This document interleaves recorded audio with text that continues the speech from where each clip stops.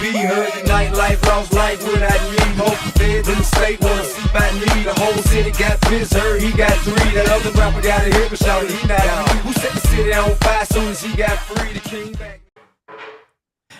Welcome everyone to Wasted with Wize, episode 143. Bring them out. So yeah, we are back. We are back in the saddle, or something like that, right? Saddle. Because Wize has been in the red light district for 2 weeks.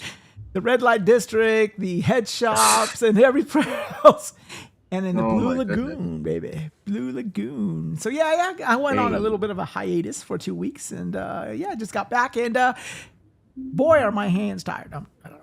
That was a bad Don't. and your knees, from what I hear. Oh, you were watching as well? Okay, cool. That's not all. I didn't say you were a customer in the red light district. I just And a said you were certain there. cavity. Lord. The bills got to get paid, man. The bills have to get paid. I mean, shit. You know, I'm about as brutal as Evil Dead Burn. You know, going to Europe is an expensive proposition, so I have to do what I got to do for all that other shit. So there you go. I mean, you know, God damn, bro. Of Europe. so you don't have to go. I would just amaze people willing to fine. pay me money for it. So you know, I'm happy with that fact. You know, it's I like, got this cat from Europe, you guys. huh? Had to share with everyone. That's her fucking Viking cat.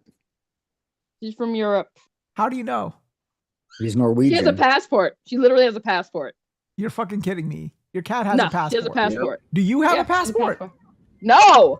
Yes. She's got the Leviathan axe tattooed No on the back of her stamps, ear. though. Nothing. No stamps. So I don't really consider it a passport. So wait a second. Your cat has a passport, but you don't. I do, but mine isn't stamped and hers is. So I don't really have a passport. Okay, I guess. I that's- find Mine is that just very because funny. it makes more Like sense to most get a Americans passport. don't even leave the country when we've It got makes- a cat. Yeah. That's like It makes more traveler. sense to get a passport than a real ID. What? Why? Because the passport is proof of citizenship and it has all the stuff that they want anyway. So But doesn't a just real Like, if ID? Yes, also- but a real ID, well, you can't it- do anything with a real ID other than fly, pretty much. Oh. Okay. Yeah, but It's- and you could- and, I mean, I flew with just a passport for quite a few years. It actually makes it a lot easier. in the Yeah. system. Basically, the only reason to get a real ID is so you can fly, because you can't really do anything internationally with it for real. yeah. Everything that you do internationally, you do with a passport. So it's like basically just get the passport. That's why the passport. The only reason I carried both sometimes was when I was traveling too, especially, well, at least if I was flying within the States. If I left one somewhere for any reason or lost a wallet, I always had my secondary so I could get where I needed to be. So that's just me though. Paul Because- stays ready. Well, you know, I really do believe that. I think that everyone should go who's able. They should always try to go out and see the world more than what they see Yes. around. each Even other, if you you're know? just going to Mexico, guys. Exactly. I mean, it How gives you a bad? better, Leave the broader. country. Please leave the country. Exactly. I mean, and it's beautiful. I mean, we first landed in Amsterdam. We were there for a few days. Then we went to Switzerland for a couple of days. And then we took a cruise that took us all the way around all these little fjords of Iceland. And we finally disembarked in Reykjavik, and we were there for a few days. And I mean, it's just really interesting. And seeing you how never the other contacted people- my friend, did you? No, because I was busy in Reykjavik for all 3 fucking days. There was a guy who showed me we got off the ship at 9:00 in the morning. And here I gave you his information so you And I could get know it- information about what you want to do over there. But Yeah, no. Okay. It was all booked. I literally from 9:30 in the morning on a Sunday till when I flew out that Wednesday, every hour on the hour was booked. Like it was meetings after fucking meetings after. That's why in Reykjavik I barely had a chance. I did Blue the Lagoon, reason that's why, it. why a lot of us don't travel international, it's because our country is like a little continent full of 50 countries. They're all different. They all have their different unique things about them. And we have some of the greatest tourist attractions in the world, whether it's theme parks, national parks, everything. So if I Excuses. but Russians it's should also- still Hey, leave Russia. So- Chinese listen, should still leave China. I've been out of the country. So the other thing is like Where? you discount how expensive it is to get out of the country for most people in the US. Oh yeah. There was a It's statistic- Don't you prohibitively guys have like expensive. all the money? Don't you guys have all the monies? Well, What? yeah. No, most Americans are poor. Like Like if a random Mozambican, right, can fucking travel, there's no way an American can't travel. No, because pores. Most But you're Americans not a are random poor. Mozambican either, are you? Again, a random Mozambican can travel. Can a random Mozambican travel though? We Yes. just had millions of Europeans come here for the World Cup, and I guarantee you most of them weren't fucking rich. They also have saved up. They PTO. saved up for fucking like 20 years just to be able But to that's the thing. They come also here. have PTO. Like your average American does not have PTO like that, Well, an international ticket on or average. time off at all. Well, no, an I mean, international. it's very possible to save up over the course of 1 year or 2 years, put a little bit of money in a coffee can at the end of each month It's really to not save that up But for then a you trip. have to waste your entire PTO for the year. I can You have to barely waste your afford the entire- coffee can right now. What are you talking about? No, but then and you also the thing is you have to think about is For people like you and me, Paul, it's a little bit different, right? I'm talking about for No. people that actually work and stuff. so super. Yeah, No, well, but yeah, then you that's discount fair. the fact that a lot of places don't offer you very much PTO. So you have to save that PTO for when you get sick or something, or you use it when you get sick. I'm sorry for deviating the show, guys. My No, bad. no, My but I know bad. we I- need to Shut get up. to the intros before I'm going to get my intro in just in Yeah. time to leave. So Ah, shit. Yeah. Okay, let's go ahead and get with the intros. Okay, the man right above me, Paul. How's life Hey. been, homie? I want to say how's your week been going, because how your 2 weeks been going? What you been doing? What you been playing besides Halo? well, the games I can say that I'm one of the play testers or one of the review players for Gears of War E-Day multiplayer, and that's about Let's all I can say go. about that. Hmm. My review will be on Lords of Gaming. My I can't call it a review really. My take on it will be available on lordsofgaming.net on the 30th, July 30th. That's next week. Mhm. So just keep an eye out for that. And other than that, let's see, played WoW, which I always play every week, just to do my weeklies, and a few more games on GamePass and stuff. That's about it. Other than that, life is life. Cool beans, cool beans. Let's go to the person right above you, Cozy. How's life been treating you, darling? What you been doing? What you been Great. playing? I have a new creature. I got a cat. That's the biggest thing, change in my life. Life has been well. I work pretty much every day now because I got a new job. Oh, congratulations. I guess that's Not really, but it's not the old job. At least on this job, it's surprisingly everyone is competent. A lot about the job sucks, but here's the thing: your job is 100% less stressful. When people have processes, they don't change those processes for no reason, and they don't remember. They remember that they changed the processes when they change them, so they don't come yelling at you about why you're doing something because they told you, hey, this is how we're supposed to do it, and they're like, oh, I forgot.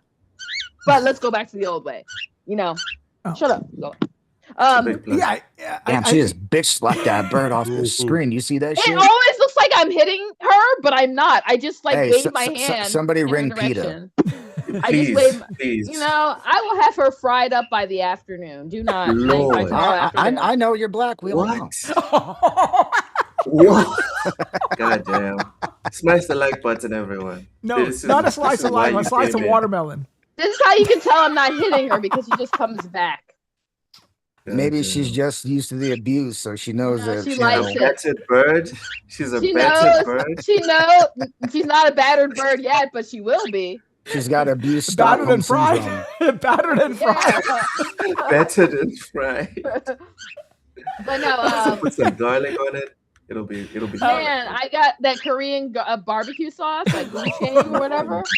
Dude, no. if you Listen, I'm fry getting her- hungry. Yeah, I'm no- getting hungry. Yeah, if you fry her, instead of using Korean barbecue sauce, eat her with the chili crisp that's out these days. This is really good. This is a spicy chili crisp. It's really, really cool. You should try it. It's wonderful. I'll keep an eye out for it. It goes well with anything fried, like fried fish and fried chicken. I was just at Jungle Gyms earlier today. I should have checked it out there. You don't know about Jungle. I'll send you a photo of that, of the one I'm talking about. It's really good. It's called fried chili crisp. It has I think soybean nuts and as well as Ooh, I love- fried chili flakes. soybeans. I think Okay. for a crunch, for texture, but it's really good. You should Yeah. try it. All right. So what esoteric bullshit game have you been playing? Actually, I've not been playing anything super unusual. I've been playing a lot of Forza. Forza? Forza. Forza? Yes. No, it is Forza. It is no, Forza. because it upsets Loke. Forza. That was very delicious. It upsets every Italian-speaking person that listens to you. Is what it Are Italians even? Are actual Italians even listening? I mean, me and Paul are here. Actual. No, I am actual. I I am love it. actual. He's like, No. Yeah, Are you actual? me too. Where in Italy are you located? That Oh doesn't mean my I'm not goodness. Italian. I hate Nah, to that break it does to mean you're you. not Italian. So as soon as Americans leave the US, they're not Americans anymore. Yeah, my Well, Calabrese roots say I wish it we're was that offended. easy, Loke. I wish it was that easy. You want to hear something Damn. really funny? So I was in Europe, right? So of course I'm a typical Asian-looking male, and I walked into a couple of stores. People were like thinking that I'm a typical Indian person from India and stuff. And then I go to the register and I talk, and they were like, "How is it that you have a Southern accent and you are more Indian?" They were all fucking shocked. They're like, "What the fuck are you? What type of fucking mutt are you?" Yeah. The only way you could look more Oh, Asian is man. if you're walking around and you're carrying like 2 DSLR cameras with you. No, but they're like, they'll think of it. They thought I was Indian and everything, and then I would go to the restaurant and say, "I'll say, yeah, how much is this thing right here? I need this right here." So they're like, "What the fuck was that? Where did that come from?" And you're not even, it could be you're not hardcore Southern sounding though. You're not, But I am definitely not. You don't sound Way more Southern at than all, you'd actually. expect. Well, I do not. it's very slight. It's very slight. I do not have a strong Indian accent like this. He has a tint of the Southern disgustness. No, that's being inbred. That's different. Okay, that's Wow. Wow. All right, let's go to the man to Forza. her adjacent. And I also been playing Animal Crossing. What? Animal play Crossing? Animal Crossing. You are actually you said 2 games that we actually recognize. That's a fucking miracle. I think that's a record. Like shit. I mean, it's because Yeah, I've been but only working one that excessively. any of us actually give a shit about. Hey, Animal Crossing outsold Listen, probably the no entire progress is sports better no, than no, no we're not talking about Animal Crossing. He's talking about I don't give a fuck Animal about how Crossing many was 12-year-olds and Animal weird-ass Crossing was adults very play that hot when shit. everybody was locked in their house and couldn't go anywhere. Yeah. No, the crazy thing is all Animal Crossing games have sold extremely well. Yeah, but COVID helped and matters it's- some with his last one. It's a sad fact for the gaming industry. Yes. That one guy just became don't like big. fish. Wasn't there this one guy who started doing like a podcast or some sort of interview show on his Animal Crossing island back during the COVID era or something like that? It went big or something. Probably. Sounds like a pedophile to No, me. I'm telling you, it's like. And now Animal Crossing, I think actually most people that regularly play Animal Crossing are Alright. not children. It's because it's such a relaxing That's experience. because again, So they were trapped in their house. what kind of with nothing grown to man plays do. Animal Crossing? I'm Lots? just fucking. No, That's a that's legitimate actually question. what makes it crazy. That's a I a lot. legitimate found out- question. I No, found not out a even very joking. normal guy. It's very named normal. Method It's very James, normal that play Animal plays it. Crossing. Yeah, there's and, lots and of he's a regular gamer. And he got you fooled, Loke. no. Don't It's fall for like it. it's so like it's like hard to explain that the appeal of Animal Crossing is hard to guy. explain to people who haven't played it. Yeah, haven't played I it. mean, I guess you got to Hey, be. I mean, of a certain sexual. No, you Orientation. don't. That's the crazy. That's what makes it crazy. Namely, That's what makes it crazy. I Is mean, that it's I'm like not talking about homosexuality. I'm talking about pedophilia. no. The thing is, Wow. Animal Crossing. Throwing this out there, 30 Wow. minutes. You have me for 30 minutes. Animal so, Crossing's Yo. audience is largely adults, and it's also just like it's people who like a chill, relaxing, perpetual Yeah, experience. and so are furry conventions. What point are you trying to make? Or bronies. Bronies are the other ones. Bronies. Oh, bronies. See, are look. You got people that play Animal Crossing. It's like if you play Animal Crossing, you understand why people play Animal Crossing. No. Right. It's either Animal Crossing or Chase the Gazelle for Loke. But it's like No, like for me, I always thought it was some bullshit, like Animal Crossing. But then when I found out Matt was playing it, like I still haven't played it, but the fact that Matt plays it, it's like, okay, maybe there's something redeemable about that trash, because that's what it looks like to me. It looks like trash. But Animal Matt Crossing plays is it, basically so I'm like like, Farmville, alright. like the Facebook used to No, have was no, Farmville. If I it's had a like the Switch, best I way. would give it a chance. The best way to explain it is it's like if gaming, if like it's like relaxation, way of life, and like design the game. It's a cozy game, like a lot of other cozy games, and there's a cozy It's game plant your there's plants, there's a and cozy then horror there's shovel a the cozy horror game ground. coming out next month that I am looking forward to. But Use your net to catch the beetle in the tree. But the thing about catching the beetles is it's like because of the time frame of the game. Like for example, I finally completed all the bugs. I finally got all the bugs and the fish. And it took me so long because I refused to time travel. So I would not be able to catch a bug for like in the 2 or 3 months it was available.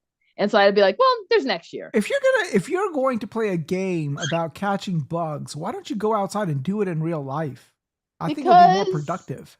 because I'm old and crippled. She ain't old or crippled. She neither. You know, it's because And also, we play FIFA. We don't run around outside. exactly. Okay. It's more productive for FIFA, cardiovascular that's one health. thing, okay? What are we doing? You have to have some sort of skill to play FIFA. Animal Crossing, to catch a bug, you just need a fucking net. No, you just actually have to don't. run. No, you actually You don't literally because just have to run. you know the other Wize, thing. come on, The other bro. thing about Come Animal on. Crossing is no, you don't just have to hit them with a net because some of them will like literally just like fly off before you can hit them. And the scorpions and the tarantulas, they'll come at you and knock you out. Okay. Like if you don't stalk them, you have to stalk them slowly. I think we are getting away from the main thing here. I think I need to go to Europe more often because whenever I go to Europe, Cozy plays mainstream games. Games that only, you know, we can agree on what this. I'm saying. We can agree on She this. said 2 games, both of which I Instead of going, recognize. I found this That's game a on fucking stream record. that me and 3 other people are playing, and it's awesome. Yeah. I regularly so like here's the thing. I've been playing Forza. I play Forza regularly. I just don't mention it. There you go. It took my ass going to Europe and coming back for you to fucking mention it. There you go. So there you go. I just like so I'll only mention Forza We'll take if like the win. I We'll haven't take had the win, time to Cozy. play. Thank you. I haven't had time to play games at all. Like basically, Forza is like the game I play when I don't have time to play things I want. Let's see. Okay, go to the other screen. Though. I want to see what level you are. Go to the. Go to what? Let's see how much she actually plays. Change your screen and then say something so it changes up. So it shows. Yeah. Okay. So say something now, Cozy, so we can see. What? You are level 20. What you're 221, right? I don't know. You That's pretty good. prestige. She prestige once. It looks like on her because it's on. Yeah. So Okay, so before we go, I just want to say hello to not everybody in bad. the chat. Yeah. So she does play it. She plays it a lot, actually. Yeah. All right, before we go to the next panelist, I want to say hello to everybody in the chat. It's C Stuff. He says, started off with saying the bird has Stockholm syndrome. Okay. That's what I said. Matt Likes Game says, what he says? He says, a minute or so behind, but it's a relaxing game, fun to play between all the other stuff I'm playing. Oh, speaking of which, Matt, let me check my knit price. My knit price. Okay, Real Gamer says, I guess What's this is a happening? reference to Matt. He says, Real Gamer says, yeah, he plays Animal Crossing and he has a tattoo of a Jolly Rancher on his palm. Want some candy? Okay. Golly, No. a palm Gotcha, tattoo bitch. would be so terrible. That would hurt like hell. Golly. Yeah. Golly. Like, why? That place and also on the front of your foot. I don't see how people get tattoos on the front of their foot. That shit. Well, the thing with the palm is it would take forever to heal because you would always have to be bending and flexing your hand. It's not even that. Hand tattoos in general are like the worst because they Yeah. fade insanely fast, especially on the inside of the hand. Yeah, probably because you go Why are through you so getting a much pain. tattoo on the inside of your hand? Unpopular tattoo opinion. I Be- hate how popular it is nowadays to get neck tattoos. Oh, yeah. Because let me tell you, that used to be a sign of degeneracy. The equivalent of a face tattoo today. Okay, so Yeah. you heard it from Cozy. If you're thinking about getting a neck tattoo, don't. The degenerate Cozy says she wants her degeneracy back. Okay, there you go. No, I want to be like, oh God, you're someone I should stay away from. Remember, And I'm old enough to think that neck tattoos that can be seen and face tattoos especially, and then you walk in and you wonder why nobody will hire you. I'm the generation that goes, Well, I mean, because you have ugly fucking shit on your face, dude. I don't know Well, what I mean, when I was a yeah. kid, tattoos in general, it meant you were like a gang member, you were in prison, or you were a Yeah, biker. Like that's what yeah. tattoos in general meant, but they've become You were so not a common in normal pop person in culture and everything. society. So now, Well, now to you me, got fucking I got anyone used that to gets them. when I was growing up. I got used to seeing on my uncle and my grandfather and stuff from because they were in the military, so they all had World War II With the tattoos and exception stuff. of military tattoos, but for Yeah, the most part, Yeah, whenever someone had tattoos, they were always looked down upon, even if they were innocent tattoos. People just right. looked at them like, oh, this person must have been in prison or was in a gang. Like they always looked at them like, but now tattoos, nobody gives a shit unless they're on your face. Like nobody really cares. Neck tattoos, arm tattoos, they're just so common that you go in the fucking bank, your bank teller's got fucking neck tattoos. Like nobody cares. yep. Your doctor has neck tattoos. Your Nobody doctor, cares. yeah. It's I Your just true. think it's shrink, wild your because shrink has tattoos. personally, I think it's wild, and I don't have a problem. Like, get all the tattoos you want, but I had a guy hit on me, and he had a neck tattoo, and I was like, my first thought was that why would you talk to someone like me with a neck tattoo? Because you can have neck tattoos and hit on people without tattoos. Yeah, it is allowed. I'm just thinking, What like, my do you think once you're tattooed, you're like a new race of individuals and you can only yes, date within your own race of tattooed yes, I individuals? think Yeah, once that's you like Race of people thinking tattoos. that all handicapped people know each other. That we have somehow this Yeah. big group thing going on. And God forbid you talk to a non-tattooed person, they'll call you a race traitor. once Oh, you what? No, escalate to the neck, that's Yo, this a is trace escalating. trader, dude. That's a trace trader, no, but brother. here's A the thing. trace trader. Yes, yes. No, no, That's Paul. beautiful. No, That's but once you beautiful. escalate it to the situation to the neck, it's sort of like, ew, ew. All right, well, just put on your dating profiles. If you have neck tattoos, don't talk to me. Yeah, but she Yeah. didn't have a dating profile when she was walking randomly in the Yeah. street, brother. And it's like, ew, gross. Why would you talk to me with a neck tattoo? That's a flag of like you being mentally unstable and dangerous.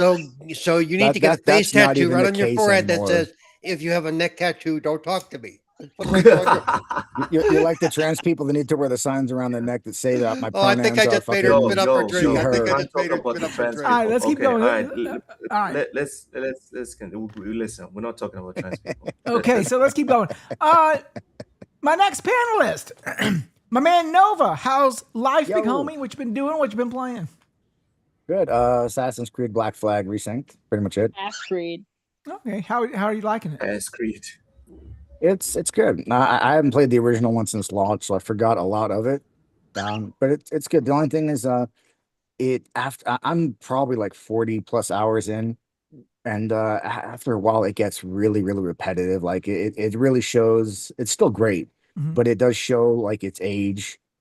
Because there aren't some of the more things that we get in modern games, like more of the RPG elements where like you have skill trees and things like that. Like at a certain point, every mission is just the same thing over and over and over again, just in different locations, Mhm. because there is Mhm. no RPG elements to your character. You really can't upgrade abilities. You can upgrade your ship, which is great, but combat, especially combat, is just the same thing over and over again. It's not like you can unlock new combos or new moves. So combat becomes very repetitive. But if it wasn't for that, it's a fucking great game, and I'm enjoying it far more than I enjoyed Assassin's Creed Shadows.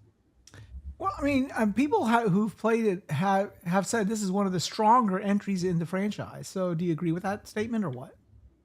100%. Like it just shows that like its bones and its foundation are so much stronger than the things that Assassin's Creed has started to become in later years. And even though the later games have the RPG elements that I say that I want, Mhm. it was just all the other shit that was in there that those games, they just lost the plot, dude. So, And especially when you had Valhalla, where Valhalla, like you're a Viking, but you're also like a ninja mhm. assassin type thing. It's like it didn't make a whole lot of sense. And those games also got really repetitive, and they were fucking way too damn long. They were just big for the sake Huge. of being fucking big, dude. Like Valhalla size took is nice. forever to fucking God damn. beat, dude.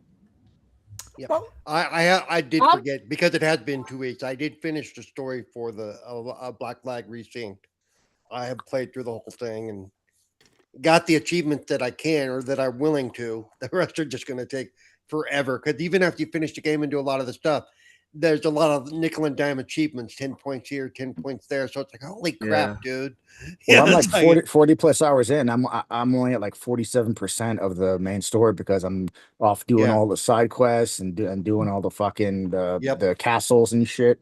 Don't tell me that Plus the ultimate or there's- the platinum is behind getting all the other unlocked or something like that. Is it? Oh, I don't plan on platinum in this game, so I couldn't tell you. Okay. and I'm not a you know, I'm not a platinum hunter unless it's a game I Look at absolutely you. love, Plus and it's not there- like a slog. Plus, then there's the additional stuff they've added on that you can go do the collection to get the Dark Animus stuff and all the stuff. I mean, it's cool because I really enjoyed it. And it's been so long since I played the original Black Flag that I truly enjoyed this game again like it was brand new because I didn't remember enough of it to go, oh, this again. You know, that it. I did like the fact that we don't have to, you can still do some of the Animus. You can go into the Animus, look at the information, but it doesn't pull you out into the real world. It lets you do the entire thing as Kenway. You know, so it's much more fluid. I really in the enjoyed real it. world, the story ended with Desmond. Right. Like, don't try and force us to engage with Right. this rubbish. It's Desmond, Yeah, then and listen, I understand that there is a story to be told in the outside of the Animus. Great. Tell it in a fucking cutscene. Don't make me slow walk through a fucking corporation and try to fucking put viruses or computers. No, like just give me a cutscene. Tell me what the story bit is outside the Animus, and put me back in the fucking game. And in this case, they didn't even do that. You're collecting the data stuff, and if you want to go look at it in the Animus and read it and understand what's going on, what it's all about, you can, but you don't have to at all. And there's not even an achievement for looking at that stuff.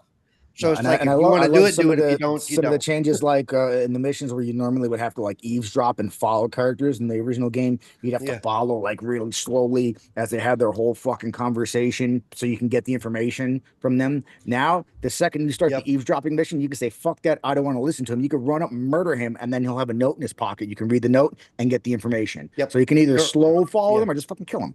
They really fumbled with that black that the like, you know, failing for that black flag what flag flag. Whoa! What are you talking about? Flag. There were only.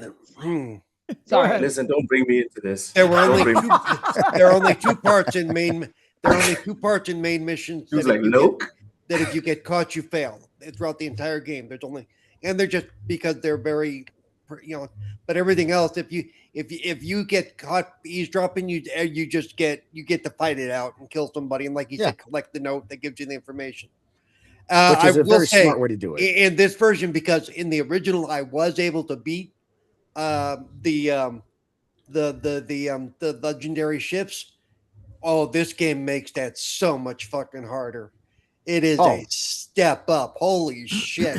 Dude, my ship is almost maxed out, and I go up there and it's like it reminds me of the fucking scene from the third Pirates of the Caribbean where the Black Pearl and then fucking Davy Jones' ship come up on both sides of that ship and just annihilate the fuck out of it. That's what it is. Dude. You're coming up against ships that are no one's rolling himself down in slow motion. With 5,000 cannons, and you try to take them out, and they both flank you, and they come on both sides and just beat the fuck out of your ship, dude. It's so hard. There is one, and it tells you there's one ship. He said you get up there and two of them show up, and you're like, oh hell no. And it's impossible to take them on one-on-one because they will constantly turn around and then flank you and then just come on both sides of you, and you can only attack one at a time. They fuck you up, dude, and they do so much damage. It's insane. I gave up. I tried like once or twice, and I was like, nope. I'm not doing this shit until my the other ones are maxed the fuck out. Even the solo ones are hard though, because they do hit you so hard. Even with your ship maxed out with the additional cannons and the mortars and all that stuff, it's I haven't been able to beat even the singular one yet because it's that much harder. It's like holy crap, and my ship is maxed out. Everything I have is fucking maxed out. Now, visually, it looks phenomenally good. I don't know how it runs, but like the screenshots and some of the stuff that I saw while on vacation, it does look impressive.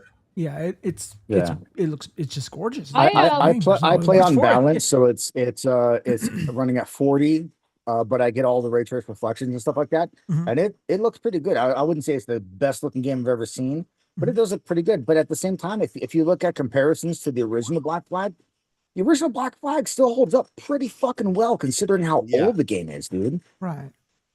Like Really? you'd be forgiven if you saw a couple screenshots from the original game and thought there were screenshots from Resynced. And until you see them combine and like next to Resynced, you're like, okay, now I can see the difference. If I just threw up a screenshot of the original and we're like, here's a screenshot from Resynced, so I wouldn't blame people for being like, oh yeah, you know. I mean, still, like what they were able to do, it was pretty good. But let me ask you a question: do y'all think this one or Odyssey? Because Odyssey is also is like considered one of the better Assassin's Creed. I think Black Flag. So I think specifically I will say Black Flag because as someone I'm not an Assassin's Creed person. I don't care. My AC game is Animal Crossing, and Black Flag That was kind nice. of That was nice. Tip the hat there. kind of was peak in a way. Like if you remember, it's hard to kind of like go back to that time and remember how big Black Flag was, how enjoyed Black Flag was. Odyssey was enjoyed. Yes, people loved Odyssey, but people didn't love Odyssey like they love Black Flag. Yeah, it's also because Odyssey, like Black Flag, was something new. It Yeah. was different. Well, and They had Black had Flag was a ship game combat. changer. Yeah, Black Flag was a Yeah. game changer. It was a unique experience, so far in a way different from all the Assassin's Creeds that came prior. Odyssey is essentially Origins, but in Greece, right? Like they're very much the same game. Yeah. It's just in Greece. Now, I will say of the three, that being Origins, Odyssey, and Valhalla, I think Odyssey is the better of the three. I'm also very partial to things like Greek mythology and the setting and the Romanesque armor. Like I like that shit better. So it's the better of the three, but I wouldn't say that it's more beloved than Black Flag at all, ever. And I don't think anybody necessarily would. The one thing about this Black Flag Resync that really pisses me off, though, and it's nothing to do with the game, it's the fact that when I play this, I'm like, you know what? Had they not spent all that fucking money on Skull and Bones and even on this, they could have given us like an actual Black Flag 2 with all the modern changes that we have in gaming now that we like, but with also all the things from Black Flag that we love. Like we could have gotten a true Black Flag 2. I don't know, man. But- That sounds like too much value for the customer. I don't know. That sounds. No, the thing See, is, Steph says that's you can Black Flag can eat my ass. That shit I hate so much. Fucking fuck the boats. So apparently, All right, see, then. Steph is having some sort of personal issues with the. Only but thing that I was got- my only thing I favorite got part of the from game. that That is was my C favorite Steph part of the likes his game. booty hole eating. That's all I got from that message. No, but like both- it's honestly, I like imagine we could have gotten a Black Flag 2. Instead, we got Resync, which is still great, you know, on its own. But with all the money they blew on Skull and Bones, Bones and that whatever they spent on this, we could have gotten a true Black Flag 2. And how fucking incredible would that have been? Because Resynced, obviously, when people saw that, they were like, "Holy shit!" They're remaking Right, Black but- Flag, but a Black Flag 2 announcement, people would be like, "Oh shit!" they Why really would took there- wrong how? lessons. But my question would be with that is, what do you do with that story? That Kenway ended that story at the end of the game. It carries on it doesn't have to be Kenway. It can just be another Assassin's Creed that takes place in the times of pirates. You don't have to be Kenway. But here's the thing with Valhalla, it's about Vikings. Why weren't there any ship mechanics in Valhalla? There were. Not like the way they were in Assassin's Creed. I mean, There Black was Flag. whole shit. There were Yeah, whole there were shit battles. Yeah, dude. in all of them, in Origins, Odyssey, You and played Valhalla. Valhalla. They You took, fake the gamer. ship. Right? Take this game room card away. Yeah. They took the ship Every- combat. every mechanics. game, every Sorry, game Valhalla, I'm after sorry, every I game didn't after play. Black Flag had, I had was like, ship okay, fighting well, in it. all dude. right. Yes. All right, Every let's game keep after going. Black Flag had- Loke. Yeah, let's keep going and fucking move away from the fact this motherfucker don't know shit about Assassin's Creed. Loke, don't give him save me. Guy, what you been doing? Nah, I What don't you know. been playing? I kind of feel like we should let you stew in this one, man. I don't know, man. Anyways, I'm playing Vampire Survivors as we speak right now. Disgusting. Ham commented on it yesterday. I haven't played video. This is the first time I'm playing video games in about a week and a half now. He's a fake gamer. So yeah, that's what I've been playing, and I'm doing pretty good. Okay, cool. And Triple. See how my intro's nice. I like your intro. It's nice and succinct. It's simple like your hairline. It's simple and clean. Not like his I'm So hairline. fresh and so clean. Clang. No Kingdom Hearts fan here. Okay. No. Yes, you. We're not Fucking You're an nerds. outcast, man. No one We have appreciated friends. Disgusting. my Kingdom Hearts reference. Ew. No, I'm not a doing- I'm not a Kingdom Hearts fan. Yeah, because none At of us least played that know shit. the soundtrack. Oh no. But I'm good. I'm just uploading some work that I had to work on, and my phone is taking up my camera. And what you been cable, so playing? that's why now I don't care. Anyway, what I've been playing. Checked out if everyone's know the game Valor Mortis. It's like a first-person Dark Souls. Ooh. Yeah, because somebody named Paul interviewed that team when he was at PAX, and yeah, that game is awesome. Oh yeah, I like it. And the developers are cool. Actually, they're very cool. It's a good game. I got my ass kicked by the boss in the demo. There's like 2 levels you could play, and it was the first boss that was giving me some trouble. But I really enjoyed it. Difficulty wise, Yeah, when I asked him about accessibility and stuff like that, he kind of laughed at me. So, well, yeah. I don't. That's your area. I asked him if it was going to be Souls-like, and pretty much said it was going to be worse. I'm like, yes. What I say is worse. I mean, not. There's like it's one issue, and it could just Quit be lying. skill issue, of course. But like some of the enemies don't really telegraph their attacks sometimes. So I was like, a dude was running towards me, he just instantly stabbed me. I was like, bro, I didn't know you're gonna stab me. He just stabs me randomly. I'm like, You have to okay, get whatever. good. I mean, that's why I was like, it could be just a skill issue on my part, but I enjoyed it. It has like some platforming sections. There's like Yeah. I don't know, I don't remember the what they call it in the world, but if you're familiar with like plasmids from BioShock, they basically have something like that. You got like a little flaming hand, and you can use that to interact with the environment and like find secrets and stuff. Yep. They have if anyone's played Sekiro, they got like a parry system and a stamina system. So once you break their stamina, then you can go in for the critical strike. And Yeah, but it is going to be unforgiving like Elden Ring. He made yeah. that very clear. He made that very clear. Yep. Yeah. If you, my first death was Okay, I'm interested. It's if you got a good PC to run it, they have the demo on Steam right now. My first death, death for the game was like I was walking forward and I got like stuck in a cage, and then like 3 enemies spawned in, and I was like, I saw it coming, but I missed my shot because you get like a gun as well, so you have little spells to shoot like the fire. Then you also have a pistol, and I was like, I know you guys are gonna stand up, and I missed my shot, and I got gang banged in the corner. You had it coming. I will say I am still going to try the game because the demo I got to play at PAX was really cool. But yeah, I recommend it is unforgiving. It is extremely unforgiving. If you're not a fan of Souls games, Elden Ring, the challenge part of it, you're not gonna like this one. But in terms of the best way I try to describe it is like Elden Ring. Well, I mean, some people like bought Elden Ring into the hype, and it's like, yeah, some people like to put their nuts in a vice too. But So is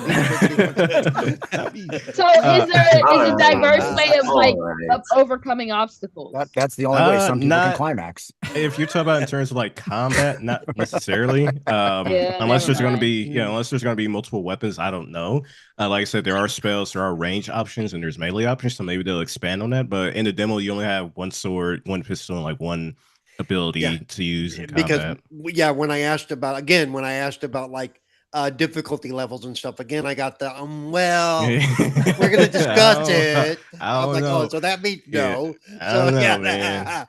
So, but it's good. It's good. I playing it, I never felt like I was. The best way I kind of describe it is anyone's familiar is like it's a skill issue versus it's a game issue where you just like the enemies are bugged out, the hitboxes or the range on the attacks. It's like I died because I suck. It's not that I died because the game is cheap. Exactly. And I never felt that experience throughout the game. There was like 2 instances where the AI just bugged out. They just stopped moving and just staring in the corner. Is there like a learning curve? Because this is like the first game that I know of that's a Souls-like in a first person. It's just every Souls-like. So why? It is a learning curve. It's when you walk up to them and they bitch slap you across the face.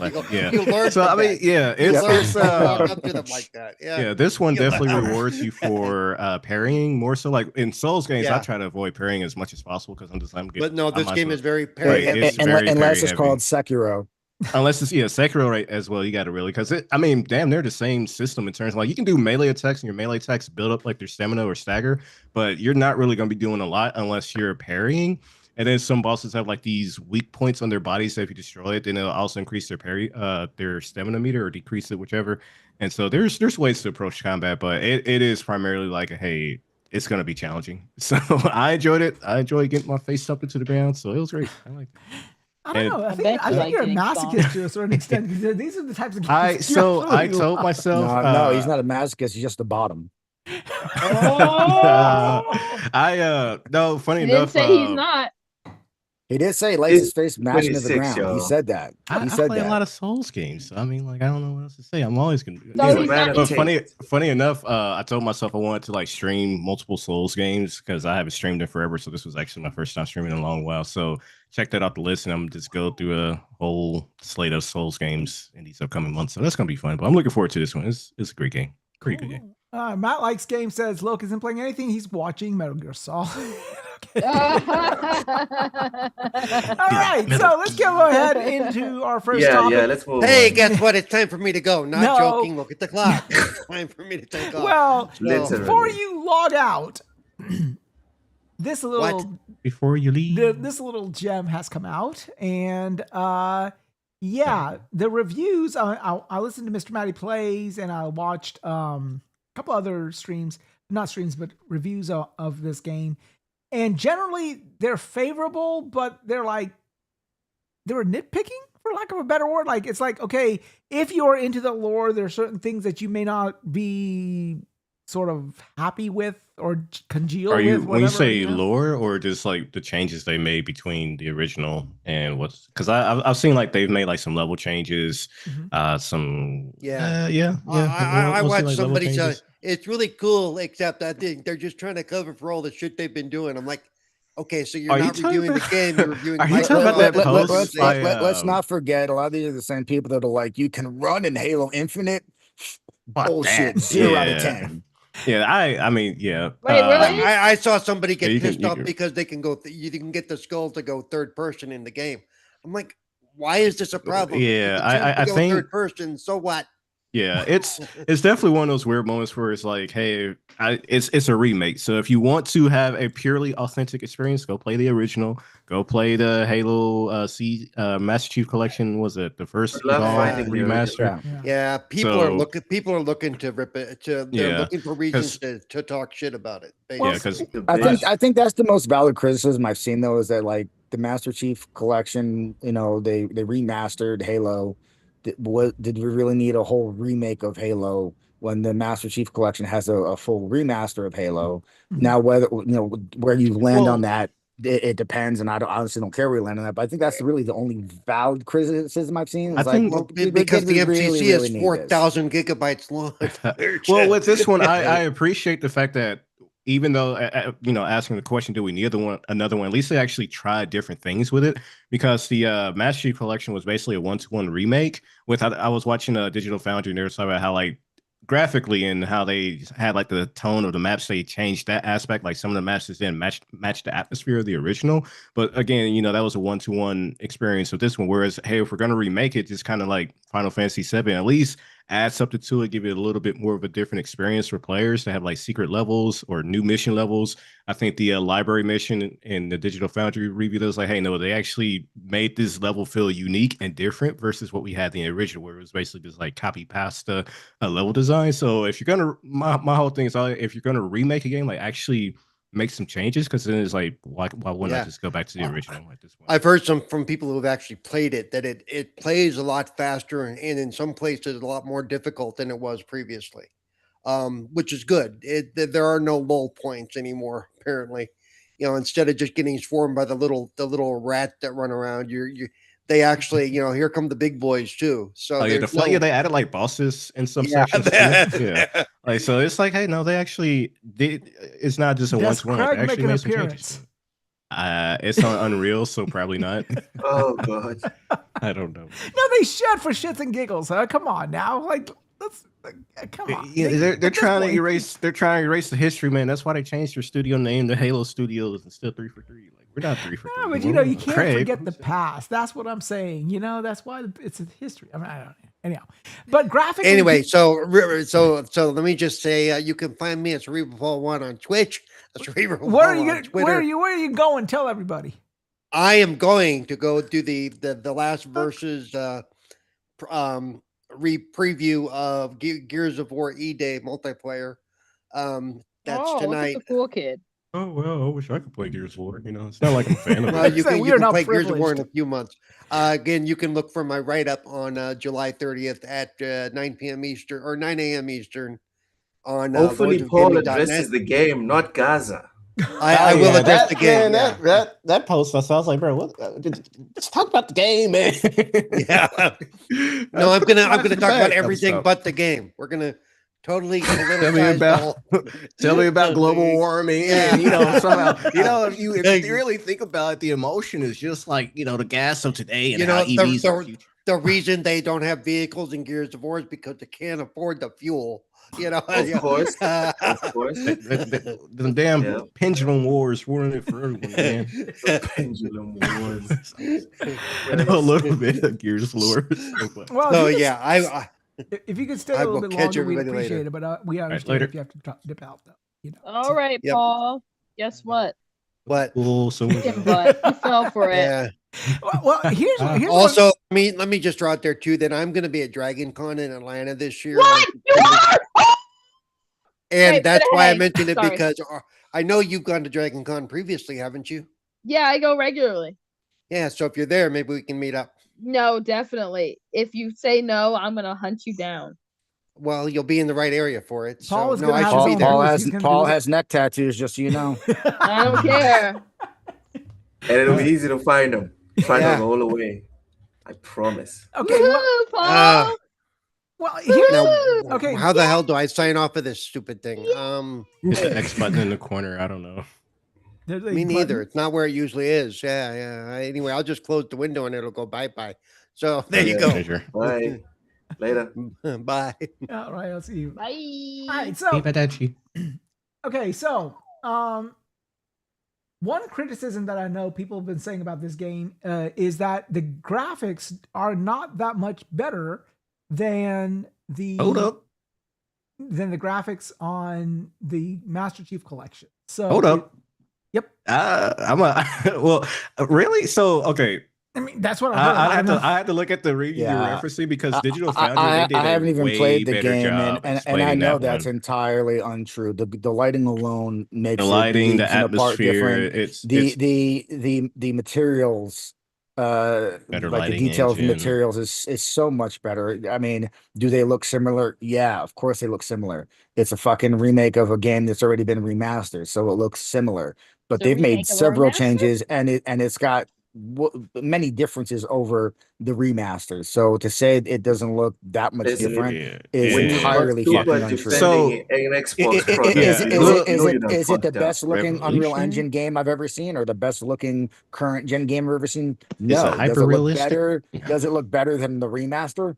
Yes, like easily. Check out better than the remaster. Check out Digital Foundries. I don't know if they put out their part 2, but he goes into depth on why him personally, he didn't like the remaster, and one of the main talking points that he had was that some of the sections, the color change, how they handled the lighting and effects, like really took away from the atmosphere that was present in the original. Whereas with the new one that they're releasing, that one actually went back to like, hey, the lighting was just because it wanted to set that tone of atmosphere here.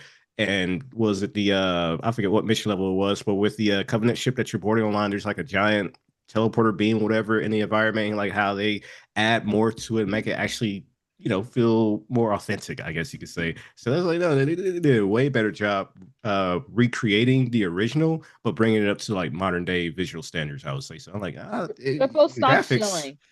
I'm just saying, like he made a good point. I was watching it. I was like, no, this he does side by sides. I'm like, yeah, I don't. So when I hear people say the graphics are good, I'm like, I don't know. Like it looks good to me. For some reason, every time I'm trying to put triple in a camera, it's freezing the last person that was in that camera spot. So I don't even have my what the fuck is It's going on because here, but triple is a demon. So yeah, like for example, I got 2 cozies right now, and I don't know what to do here. So not necessarily a my bad camera's Don't thing. put supposed to having be two Triple on the cozies. camera. Triple's not on camera anyway. It's a fucking box Yeah. that says his name. Who gives a shit? Yeah, we The don't talking care. square. The talking You- square. yeah.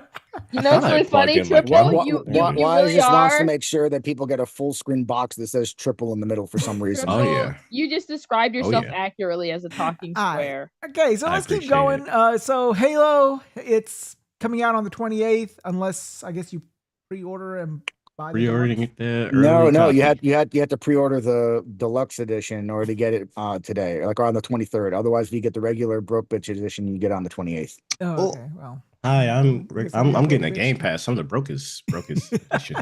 You're disgusting. You're the Well- reason games are failing. Oh my gosh, what did I do? Well, it's all Triple's fault. That's why Sony's not making. Always physical gotta blame discs it on the anymore black because- man. I mean, listen, this man can't even afford a camera. Give him a fucking break. I have a camera. I spent too much on the camera for You work. can't Leave me afford a alone. camera. It's okay to not be able to if- afford a if- camera. this man bought an expensive camera that he can't even use. It sounds like a bad purchase to No, me.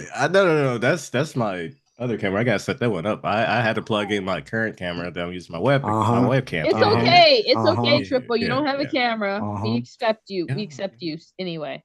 He's too busy hanging out. I hanging got out in it his plugged lodge. up. I'm watching the preview right now. I ain't gonna turn it on. I That's what she didn't. said. I didn't comb my beard out, so it's gonna look nasty. I mean, That's do you also what she normally said. comb your beard out? What? How else are you gonna get the dried cum out of it? Ew, no.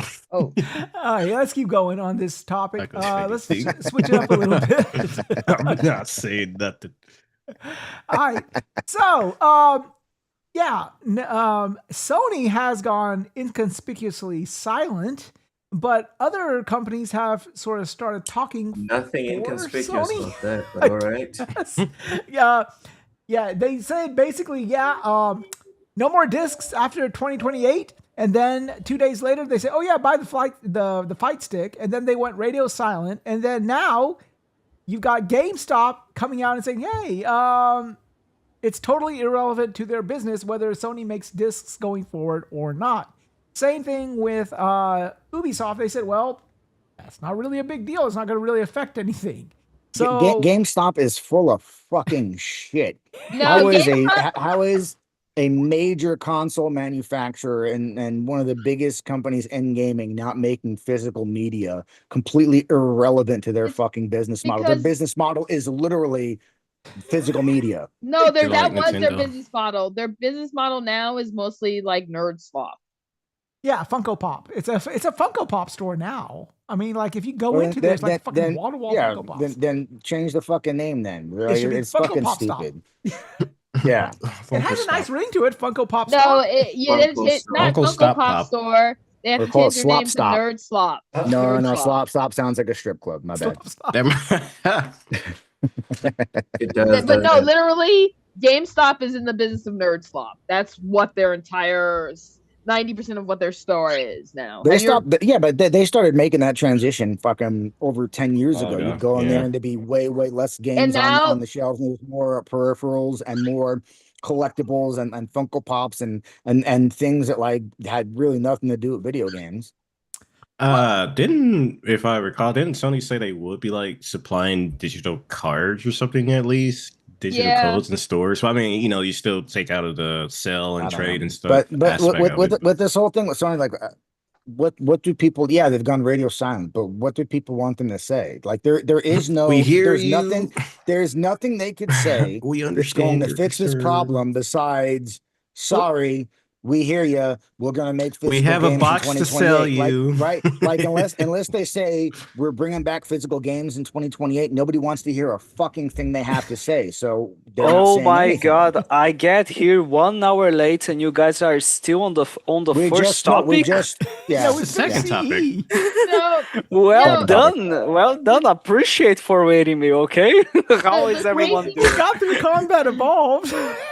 So- honestly, no. fuck. The Yeah, crazy they- part about the whole thing is, the statement I'll stand by is like, if you Eh. are like, well, GTA didn't have physical, I adore digital, but fuck Sony, and you order, then you can shut up.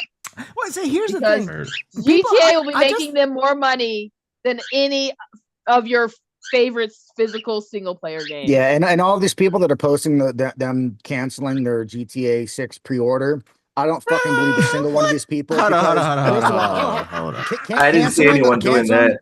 No, I did did not see all over one Twitter, person doing that. I seen that shit a lot. But the thing is, I need to get back on Twitter. Canceling a digital pre-order means nothing because you can just as easily reorder or re-pre-order digitally. The problem. I just want to say real quick though, the problem is like you're canceling your pre-order for a game that doesn't even really have official physical release. It's going to it's not even that. It's like, so you mean to tell me that you want to play GTA 6 so much that you digitally pre-ordered fucking months in advance. Shit don't even come out till fucking November. You digitally pre-ordered like 5 months in advance. But now that Sony's not going to make discs in 2028, you're like, fuck that. I don't want to play GTA 6 anymore. Bullshit. It didn't even have an early access. Like I said, it didn't have a disc already. Like you're buying it. Like the whole you're buying a digital version, but you were originally supporting the developer. I'm not saying that you can't buy GTA 6 digitally and still have an opinion on what PlayStation is doing. Right? You can very easily say, I'm pre-ordering GTA 6 digitally. At the same time, I think what Sony's doing is a fucking scummy thing, right? If that's how you feel, great. But don't try to hit me with fuck Sony. I'm canceling my pre-order because I don't buy that for a fucking second, dude. We all know you're gonna be playing that shit. I'll go further. I think you can have opinion, but fuck your opinion. If you've already pre-ordered GTA 6, you've already proven that you're a bitch. Yeah. You're a bitch. Not a bitch, but don't. You're a bitch. You're a bitch if you're complaining about it. I wouldn't say bitch, because but don't pre-order digitally and then try to complain about people only being able to pre-order digitally. It's like if you have no problem pre-ordering digitally.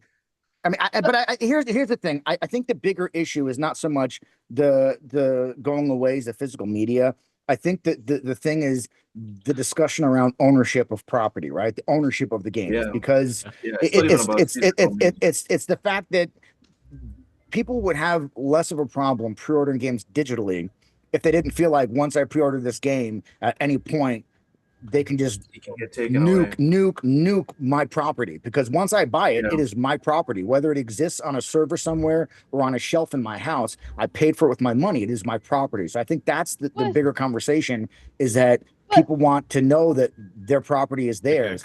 And I think I don't know why PlayStation came out and said this shit, because we all know everyone's moving towards it, right? We know that Xbox is moving toward it. Everyone is. Why they came and laid down on the fucking grenade without having a better answer towards the ownership question, which is the main thing that's pissing people off. I don't know, man. I feel there's like an internal deal between Microsoft and PlayStation when they just trade back and forth. Like, you do the fucked up thing, I'm gonna do the fucked up thing. They just go back and forth. No. There really is no reason for them to jump ahead of that, especially in this generation. They could have just closed their and not said anything. But I think the big thing is, I think someone said there's like an email leak of it too or something like that. So maybe that's why they jumped in front of it. But the thing is, I think, the writing was on the wall, even though like they kind of like fudged around with the numbers to make it look like better than it was. But the thing is, people are going to accept what they're going to accept, and like people act like, oh well, Sony calculated into all 5 basement dwellers who are like, I'm gonna buy physical. I'm out. But the other thing I don't understand is all these people complaining are pissed off. They're like, fuck this. I'm not buying another PlayStation. I'm just going to build a PC. And it's like, cool. And you're going to go directly to Steam, which is all 100% digital. So, like, the thing that annoys me, the thing that annoys me about this entire conversation is it's ridiculous. It's largely ridiculous, personally speaking. It's largely ridiculous because they talk about like game ownership, and like then you're like, well, can you give me 5 examples of a game that is digital only, that you've purchased that doesn't require an always online server that you can no longer play? I think they all do these days. I mean, and see, this No. is Can you give me an example of a game that meets those requirements? Wait, run it by me one more time. A game that a digital only game that you've purchased that is delisted, that didn't require servers and persistent servers that you can no longer access.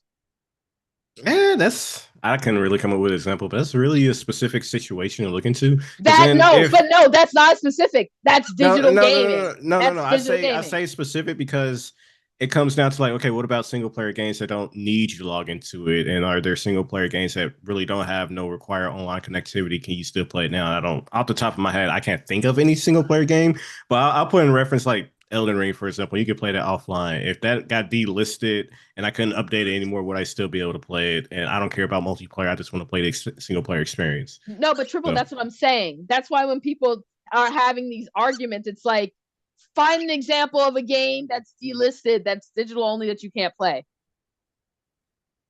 if you purchase the game. I can't think of any game that's like that.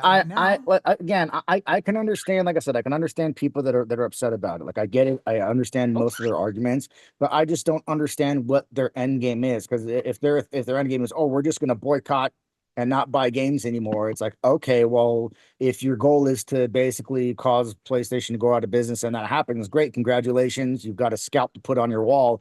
And then what? You go to PC, which is all digital anyway. So like, what is the end game for all of this outrage? I don't understand what they're attempting to accomplish. If they think they're going to accomplish PlayStation printing physical discs in 2028, when the entire industry is kind of moving away from that, I don't know that that's going to happen, no matter how much they fucking complain and cry. Well, like I don't think that that's going to happen. Well, I think if not directly, go ahead. That and the fact that, you know, when we're talking about the next successive console generations, we all sort of were in agreement that, yeah, by like the PlayStation 7 era or whatever the Xbox era is at that time, we will be all digital anyways. And everyone's like, yeah, that's going to be cool.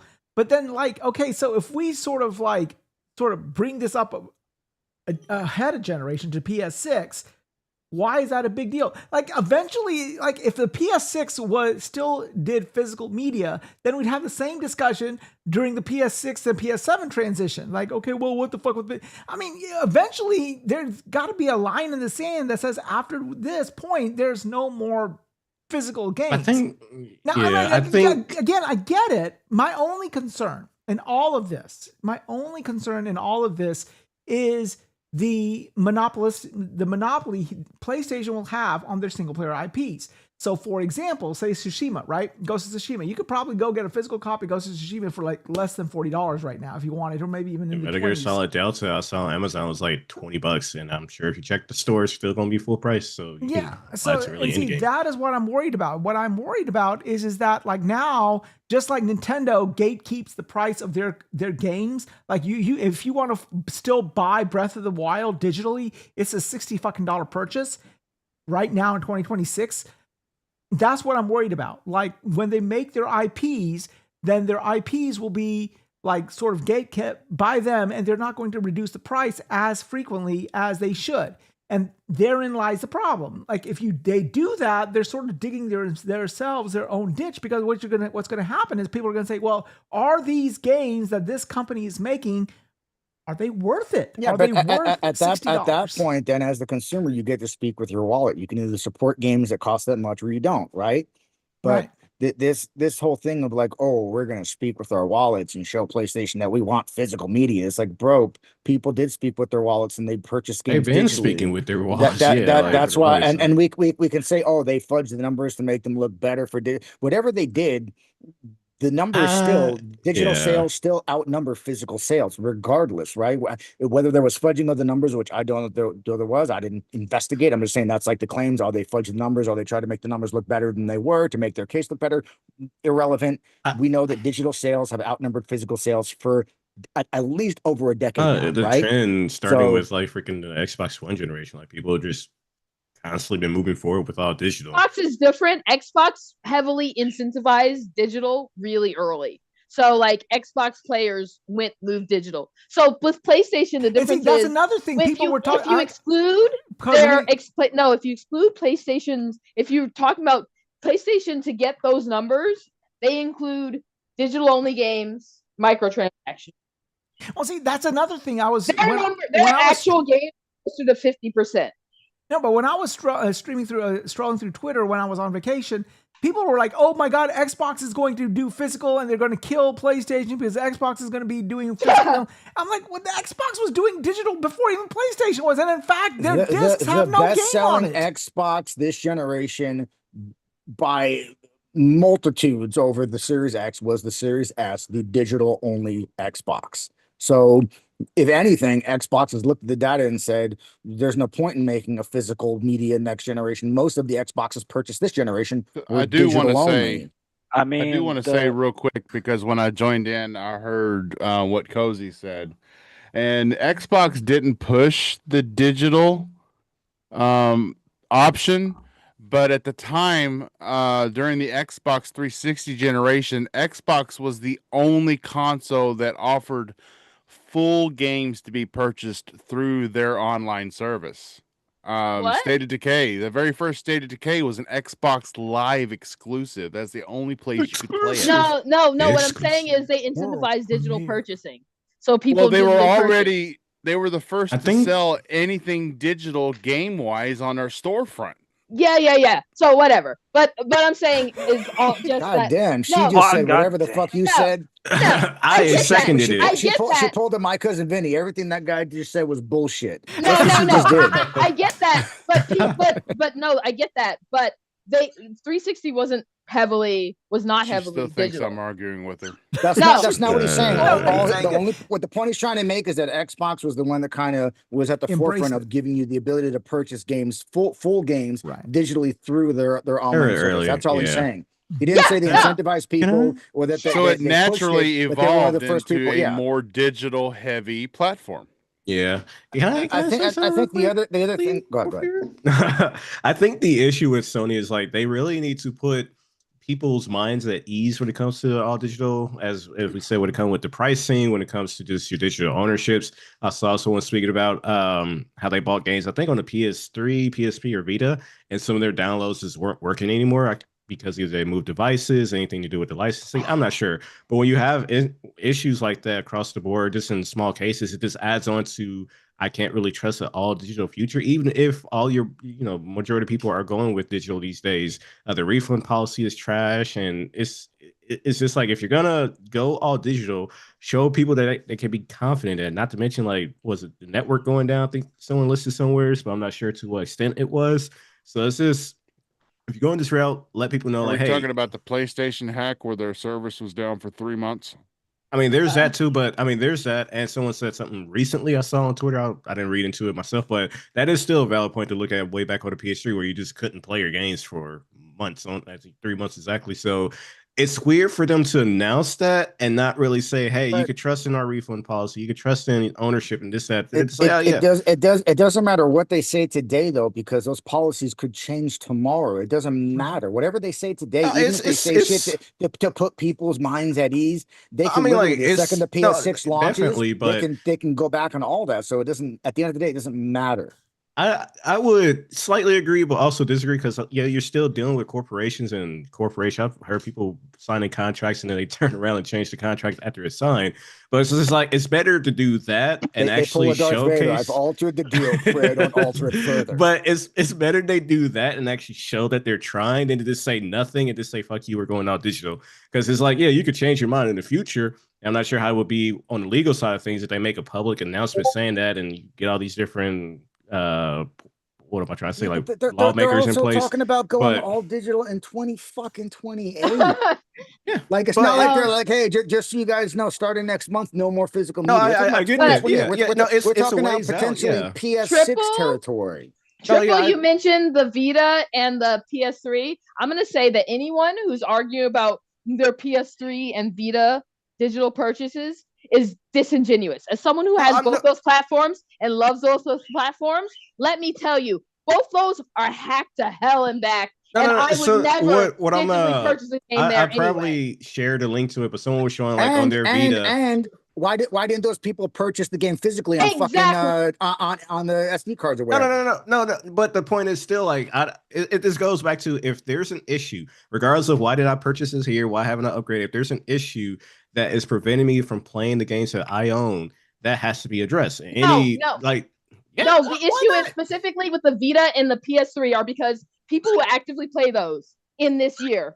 No, but I myself, think this is something. It's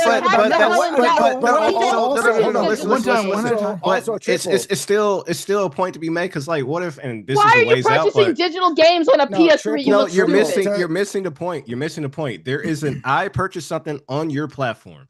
There is an issue I am having, and it has not been solved. You want me to trust you moving forward, that you will not take your time, or you're just gonna ignore it overall if you're gonna go all digital. That's the point I'm trying to make. It's like you're even if it's a small problem, you have to address it. Hey, we will make sure it's as smooth of experience as possible. I honestly don't believe you if you're talking about your Vita. I think you're fixating on the Vita. I'm just talking about on the, for lack of better, like, this is the principle of the matter. It's like, hey, I'm having this issue. Point out these issues on the PS4. I will. Well, let me say this. I mean, but the thing, Triple, is this is also people getting all up in arms about it. What if, right? Like, what if they remove our ability to play all our digital games? No. That's valid. That's valid because they've already shown, and I know this is different because it's in the movie industry, but you've already shown that we will take your stuff away. No, that's SOL. different. That is exactly why it's different. The movie industry acts very differently and moves very different. The movie industry actually is what's scary, because they treat ownership, they treat digital purchases like tickets to access it. And when the rights are like changed or whatever, they're like, we're gonna revoke it. That's what happened with Sony. That's what, but that's what I'm saying though. It's like, that's just the consumers don't care about the details. They see, they hear the story. Details are different. In the gaming industry, but that's why I said. No, but that's why I said, like, but with the movies, that wasn't a Sony or a PlayStation thing. That was about contracts with the movie studios. I get that, like, it's a nuance. It's a nuanced issue, but now legally they have to remove that content because they don't have the fucking rights to distribute it. That's how movies operate. I get that, but what I'm saying is that you have, and maybe this is more on the PR side of how things handle and how much information they can give out. But if people are referencing those instances on top of, even if you say, hey, there's no correlation to that, it's totally different. You're sitting there not saying shit. It's kind of like when people give Microsoft crap for being silent when things are happening. Sony's doing the same thing. Even as we're in a podcast, you guys are knowledgeable about it, but you're not getting in front of it. Say? What should there is no way to get in front of it, and again, unless the thing that they say is that's it. We're that's physical media coming back 2028. We're going to make all the you don't have to do that. You don't have to do that. Again, when it comes to I beg to differ. Unless they say that, I don't think this goes away at all. There is nothing else they can say. You're speaking in the absolutes of like everybody's going to be happy because people don't want to hear about refund policies. People don't want to hear about that shit. People want the physical games to come back. No. Refund policy is important to the people who do care about the refund. That's why some people mention when this happened, like, I can't trust you with it because of refund policy. Okay, Mr. Subgroup of really? People. Okay, our refund policy is going to be go to any PlayStation YouTube video in the last 2 weeks. Doesn't matter what it is. The trailer. I'm not. No, hold on. Let me finish. Any of them or any of the tweets they put out. It's not.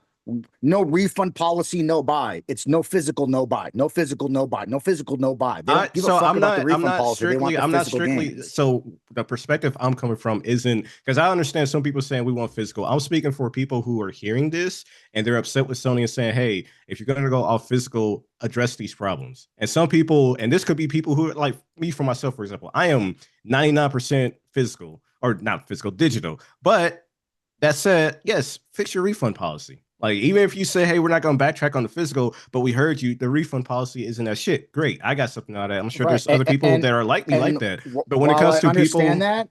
I'm here to tell you that the small percentage of people will be like, yes, thank you. They addressed the refund policy. And everyone else is going to pile on and be like, we don't give a fuck about your refund policy. I think at the end of the day, it does nothing to fix their PR nightmare. So the problem, but I mean, again, I'm looking from the perspective of what will help the consumer have more trust in the brand, for one. Whether how much it'll affect them, how much it won't affect them, I don't know. But if you know you have these issues with your platform on a digital side, address them. Especially, again, if you're telling people we're going to go all digital. What I think you're asking for is for a corporation to come out and say, oh, yeah, we're going to do this for you. Oh yeah, I might be asking the impossible, but it's still something I'm going to ask and say like. As much as I do not like big government, I unfortunately think that this is a discussion that needs to be had by politicians. Like, what happens to your digital content? What type of protections as consumers do we have when we buy digital content? Because up to now, and that I can 100% agree with, because like I said, again, I feel if we purchase a product and it is now my property, whether it's digital or otherwise, I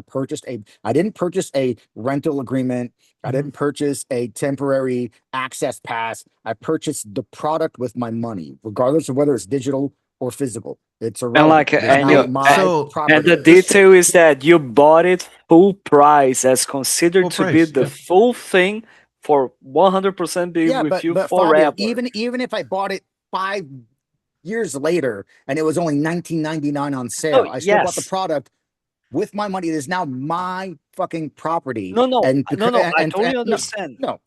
It's just that what I'm trying to say is that if they are going to be doing this, fully digital, and by the way, it's a license we can revoke anytime we want, then fucking adjust the prices in order for you to it's not $70 anymore. It's just $5 each game. It should be no different than renting movies, because you can either buy a movie on Blu-ray for $60, or you could rent it in ultra high definition 4K for like $29.99. They're not gonna do that because of like how long we've gone this generation of every game. Of course, not. But in the game industry, they actually treat. Oh, and just like what I was saying, like in an ideal world, Sony, get in front of us and say something, give us confidence. But but in the gaming industry, they treat game licenses as perpetual. So like that's why these games get delisted. You can go and re-download a delisted game, but you won't be able to play it. Like there's so many games right now. Yes, you will. But name a game. Name a game that doesn't require servers. That's delisted. That doesn't require servers. No, I'm talking about exactly. The ones that are... Exactly. That's a different case. Okay. No. So what I'm trying to tell you is like you get the situations like your Ubisofts with The Crew or Tony Hawk's Pro Skater 5. Like those are games that people bought, that people spent time on, that people wasted money on microtransactions, and you are not allowed to play. Yes, they have a server. No. We're excluding server-side games because that's a different scenario. So one thing I do want to add to that. Go ahead. Yeah, this is a right. This is a right of mine as a consumer. I need to be able to play whatever the fuck I want because I pay for it. Yeah, so hold on. I want to bring up, because I get what you're talking about, and that's where the stop killing games thing is coming into play. Because if it is a game that requires a server, I'm not technical when it comes to the back end servers and all that front end, blah blah blah blah. But is there a way to set up for people to be able to make their own private servers? Gears of War 2. Gears of War 2 and Gears of War 3 came out peer-to-peer or server-based. You could hook two consoles together and play. I think we also like that. we need to move away from single-player games requiring online connectivity or constant server connectivity. For a single-player game, why? So honestly, so I can upgrade my lead. No. So for me, just to close to that, like I agree with Fabio in terms of like, hey, make sure there's an option for players to say, hey, regardless if it's single player, if it's multiplayer, allow people options to let them know, like, hey, if this game does ever get delisted for whatever reason, trust that if you bought it, you can still buy it, or you can still download it, you can still play it. If it's an option to do your own private servers, go ahead with that. Because I think like a buddy of mine, he was playing Resident Evil Outbreak on the PS2, and he's got it set up to where like, oh yeah, I got a server set up and we could play as if we're the online servers were still running. I'm like, that's a PS2 game that we could play, and and it's just that option for players, and they don't have to go online. It's difficult though, because these are also games from other publishers that are not PlayStation. If they decide to remove the servers or whatever, what power does PlayStation or Xbox or Nintendo have over that? But these situations are not necessarily saying that, oh yeah, PlayStation and Xbox needs to fix it. No, this is something that needs to be fixed across the entire industry. And no one Steve-O, when you talked about the dedicated versus peer-to-peer, that's what's important. Because you know what? Gamers fucking asked for this. Gamers asked for this. Because if you remember in like the 2010s, the early 2010s, the big complaint people would have is like, we don't want peer-to-peer. We want dedicated servers. We want dedicated servers. That's what y'all fucking get. That you get what you deserve. What you but at the same time, peer to peer was. It wasn't very consistent, right? It's it's a difference. Internet speeds and internet connectivity have gotten a lot better in the last 10 It's plus entirely years. dependent on the host's internet. Yes, speed. yeah. You asked, but you asked. Okay, then let's go back to dedicated dial-up internet. Sounds No, like you a guys monkey asked ball for- you guys- situation. And the other thing is a lot of these companies are not going to allow their online experience to be dictated by the internet of a single host, right? Because if that host's internet is dog shit, now people playing are like, yo, this whatever publisher's game is dog shit. It plays like shit online, but it has nothing to do with gives you a bad reputation. It's the host's internet, right? So it's the same reason that a lot of these at companies the time, and that's where it's just like, no, it's valid. Like when the game is live and active and hundreds of thousands, millions of people are playing it, yes, have a dedicated server so it's a consistent experience for the most part. No varying speeds for everyone else. Why do they have to have dedicated servers at all? If you guys are whining about like, no, but they'll cozy. take the servers offline, You're missing the point. When it's a live game and everyone's playing it, yes, have a dedicated server. If you're taking it offline, give people the option to say, okay, screw it, we can do peer-to-peer because I want to continue to play it, and then go into that. But when you're hosting millions of players, people want consistency across the board while it's live. It's the same reason why it's the same reason why in racing games the cars will never take an insane amount of damage, because the car manufacturers don't want their vehicles being seen all beaten up and shit. They refuse to allow it to happen in the games because they want control over the image of their product, right? And it's the same thing. These companies want control over the image of their product, over the experience of their product. Like if it plays like shit, like I said, on a host's internet, that's going to be reflected upon that product, right? And it's going to negatively impact the perception of that product when it had nothing to do with the company that made it. It was that fucking host internet. So these companies they want to control this shit, and I think that to an extent they have a right to control their image. But let me say this though, like but once it's offline and no longer being sold and supported, then do whatever the fuck you want. I don't think that this is a solution that is going to come intrinsically from any of these corporations. I think these corporations are going to be forced to do this by some sort of political agency of some kind. Now, let me pivot to another aspect of this whole situation here. Now, the good thing about PC, but you also got to keep in mind that politics stateside are not politics of the fucking world. So whatever happens here, is that going to be reflected upon in Europe? Usually Europe is the first country. That's not what I asked you. I said if politicians here pass some type of legislation to fix the issue stateside, what about the rest of the world? Does that mean that it changes for the rest of the world, right? So even that is not a fix-all for the entire problem. And there are millions of gamers outside of the United States that are still being affected by this problem. Well, so and someone maybe Steve, you might be more knowledgeable on that.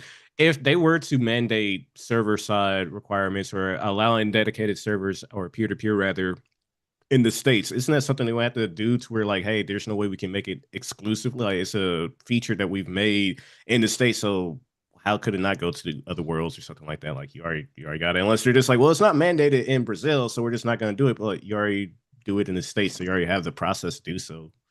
It's not that difficult to create a virtual server and run it off of your machine. It's not.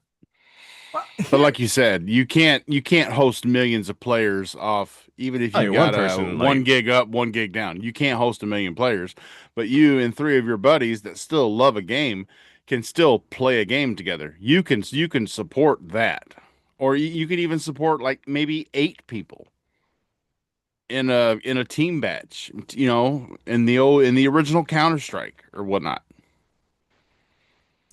But okay, let me say this. Or maybe do limitations to where they limit that type of play to people that are on your friends list, or people that are not randos where you're randomly linking to people all over the fucking world, but people on your friends list who want to play a game cooperatively or something. Maybe limit it to that where there's a little more control over it. I mean, it would be an invite only scenario by the host. It's not like somebody gets this game used at GameStop, doesn't know that it's no longer got a server online, and turns their game on and searches for a game and finds your game, because all of your peer-to-peer would be private. It always is, unless you open it to public. So maybe they can mandate that you keep it, or you do not even have the option of making it public. It has to stay private. Maybe they can mandate something of that nature. I mean, well, no, they could. I mean, the only real thing, I mean, I might be oversimplified. The real thing they just need to mandate is like, hey, is there an option for consumers to be able to play it offline? And I think that's what you're trying to say, Triple. Like, I think there should be options. If this is the avenue that you want to go down, which is fine, you got to give us options or, contingency plans as to what happens 5 years, 10 years in the future when I still want to play this game and the game is not actively having its server being supported. It's not being like, it's like, for example, and maybe it's not the exact example, like me with Destiny. Right. If Destiny ever got shut down, it's like, well, I like Destiny. I still want to do a 6-man raid, and can I host the servers myself and get 6 people invited in? Like, yeah, sure. Like, you're not making money off of it anymore, and in terms of like protecting your property, like, you're not supporting it anymore. So, well, let me ask this question here too. Even when it comes to physical media, this is still going to be a problem, though, right? What if you buy a game on Facebook Marketplace, not realizing that game's server shut down, and you put the game in your freaking console, and you don't have internet, and it requires you to download the whole game because the game isn't even on the fucking disc. I mean, at that point, it kind of comes down to like, you need a personal knowledge at that point. If people, I mean, if people don't know that it's offline now, that's kind of now. If it's like the game just doesn't work purely, like there's a important update that you just can't get to. 99% of the gamers out there don't know fucking anything about anything. They see a game on a shelf, they go, "That looks cool." They buy it and they play it. No, they're not tuned into everything like we are. No, so that's what's funny about what he said about updates. Updates and patches are free. You don't even have to have a paid Xbox Live account or a paid PlayStation account to get a patch for a game or get an update for a game. You could take a game, you could totally wipe out the hard drive on a 360, and even though the 360 store is no longer up, you can put a disc in the 360 and it'll still give you a game update. That is something that publishers have the game may not even be online anymore, but there's still a update listed in the catalog for the game. You'll still get that update. You may not be able to do anything with it, but it'll say there's an update for it. So so it's just give as much accessibility and options up to the consumer with products that they purchase and own at this round on the whole licensing. Like, they want to make sure hey, I bought this and I'll be able to play it whenever I want to, in terms of like, as long as I have the hardware to do so. Well, let me go down this. You're speaking of hardware. Let me go down this other aspect. Okay. Now, the good thing about the PC environment is this: like, if you got a game and you can either get it on Steam, or you can get it if it's cheaper on GOG or Epic Game Store or whatever, whoever you want to buy it from, you can CD keys, whatever, right? The problem with PlayStation going fully digital, one of the problems is that, okay, if I wanted to play the next, let's just say, for example, I want to play the next God of War, I'm stuck to buying it on the PlayStation Store, period. I don't have the option of looking to a adjacent store for the same game. Now, and that's by design, because when they share cells with retailers and other stores, they only get the 30%. If they sell everything off of their store, because there are no discs, they get 100% for their studios, and they still get a 30% cut from the other guy. But see, therein lies the rub of it all, right? So if you can buy, say, for example, 30% cheaper, since you have to split the revenue. No, well, I mean, if you're looking at, say, a Square Enix game, right? Like, you can play a Square Enix game on Steam, on PlayStation, Xbox, and you will buy that game wherever you can get it the cheapest, if you want. Now, the problem is that for PlayStation games, what they're sort of doing is they're concentrating all of this. So what I think they're trying to do is they're looking at these consoles. These consoles that are going to be coming out that are like $1,000 a pop. And they're trying, and they know who's going to buy these consoles. It's these hardcore loyalists. And so what I think the PlayStation business model has become, which is kind of like what the Nintendo business model is that we're going to take our whales, these hardcore players who are in our camp, and we are going to milk them for more money than we normally were. And that makes the average consumer ask a question: do I really want a PlayStation that plays these games, or would I rather have another device in which I can have multiple game stores? I may not get this catalog of games, but I get pretty much just about everything else at whatever price I want to pay.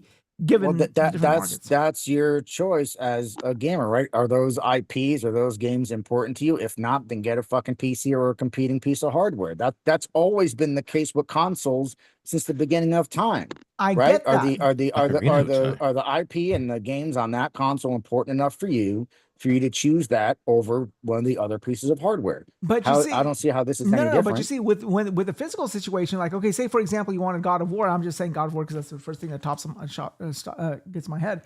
Say, okay, you want to play it. You go on to PlayStation Store. It's $60. You don't want to buy it. You go to GameStop. They got a used copy, or they got a new copy that they have on sale for like $30. So you're going to buy it and you're going to play it. And so you are now forcing all of us to play, who are strictly hardcore PlayStation guys, or people who are even that's your choice. Not even pseudo hardcore, just PlayStation fans, saying, okay, these games are this amount of money. You pay if you want to play this game. You have to pay this amount of money. And what you're saying is, what you're saying is, why not go someplace else? Well, the answer is because it's the same fucking thing someplace else. Like, let's say for me, again, as someone who PlayStation is my preferred platform. Right. If I can't, I'm also digital only. But let's say for this case, I'm not digital only, that I kind of buy whatever, right? Right. Going into the PlayStation 6 generation, now the games are only digital only. They're only $60. I can't get them for a cheaper price anywhere. So what do I do then? Do I say, fuck a PlayStation 6? I'll get a PC instead that's also digital only, but now not only is it digital only, I've lost access to the games and IPs I cared about, right? But we always say if it's I think I mean, in that instance, it does come down to, like, if you're strictly talking IPs, then yeah, it's like you can't play the newest God of War. But if it's like, hey, because a lot of people primarily use consoles, I'm not gonna say everyone, but a lot of games people play are third party, so right. When it comes to the more popular third-party games, it's like, hey, if it's on sale, if I'm on PC, then I can look at the Steam sale. If it's also on Epic, I can see if it's on, the Epic sale, Microsoft Store. You got all these other storefronts to choose from when it comes to those multi-plat games if you are on PC. And where you're talking about Wize, it's like, hey, if you're exclusively on PlayStation, even when it comes to first-party and third-party, that's the only choice you have. You no longer have the option, like, again, referencing Metal Gear Solid Delta, it's like full price on PlayStation, but I think there's like copies on Amazon. Like, if I wanted to pick it up, I could just pick it up for like $20 instead of $60. But if I was purely on digital, that wouldn't be an option anymore. See, a lot of people buy a PlayStation because that is the de facto console, if you will, right? It's kind of like people go to Starbucks not for it's like when your mom says, "Is that Nintendo?" Right? Like, no, it's streaming. Yeah, but they don't buy the PlayStation for their IPs. They just buy the PlayStation because that's what they've always bought, and they play their multi-plat games on that box. So now talk about a consumer who does not want these games. Go ahead. Are you starting to say that the exclusives are not something that are the main factor? No. What I'm saying it's a deciding factor. It's a mixed bag. It's definitely going to be a mixed bag. There are people who I also think PlayStation for the most part, casuals aren't going to be interested in moving to PC. They're casuals. They don't give a shit. Absolutely not. But now I do think that the idea of $1,000 console is going to be a hard sell, whether you're hardcore or a casual. I think if the PlayStation 6 comes out at $1,000, that's going to be a hard sell even for hardcores, right? But I don't think casuals are going to be like, oh, PlayStation 6 is $1,000, I'll build a PC instead, right? I don't think casuals are going to be like, oh, I can only buy PlayStation games digitally on PlayStation 6, I guess I'll build a PC instead. Like, casuals aren't going to do that, and the vast majority of gamers are casuals. They just want to buy something, plug it to their fucking TV, and play the games. Unless right? A lot of these other details, they don't care about. Like, the majority of people, unless they're on Twitter, don't even know this entire argument's fucking happening, right? If they don't have Twitter, they have no fucking clue this is happening. Exactly. Yeah. Plus, and I had to look at the sales figures, but like, weren't people making a hoopla about Black Ops 2 price as a backwards compat or digital copy on PlayStation? I think they say, oh, it's still pretty well, and people, on Twitter side is like, this is ridiculously priced, but then it's like, well, no, it's still so pretty well. So it just speaks to like how many people actually care. But it's how can I say, you do have the casual market, you do have the hardcore market. So it's just like, as a conversation, it's still one of those things like, no, this is a reasonable ding against the platform.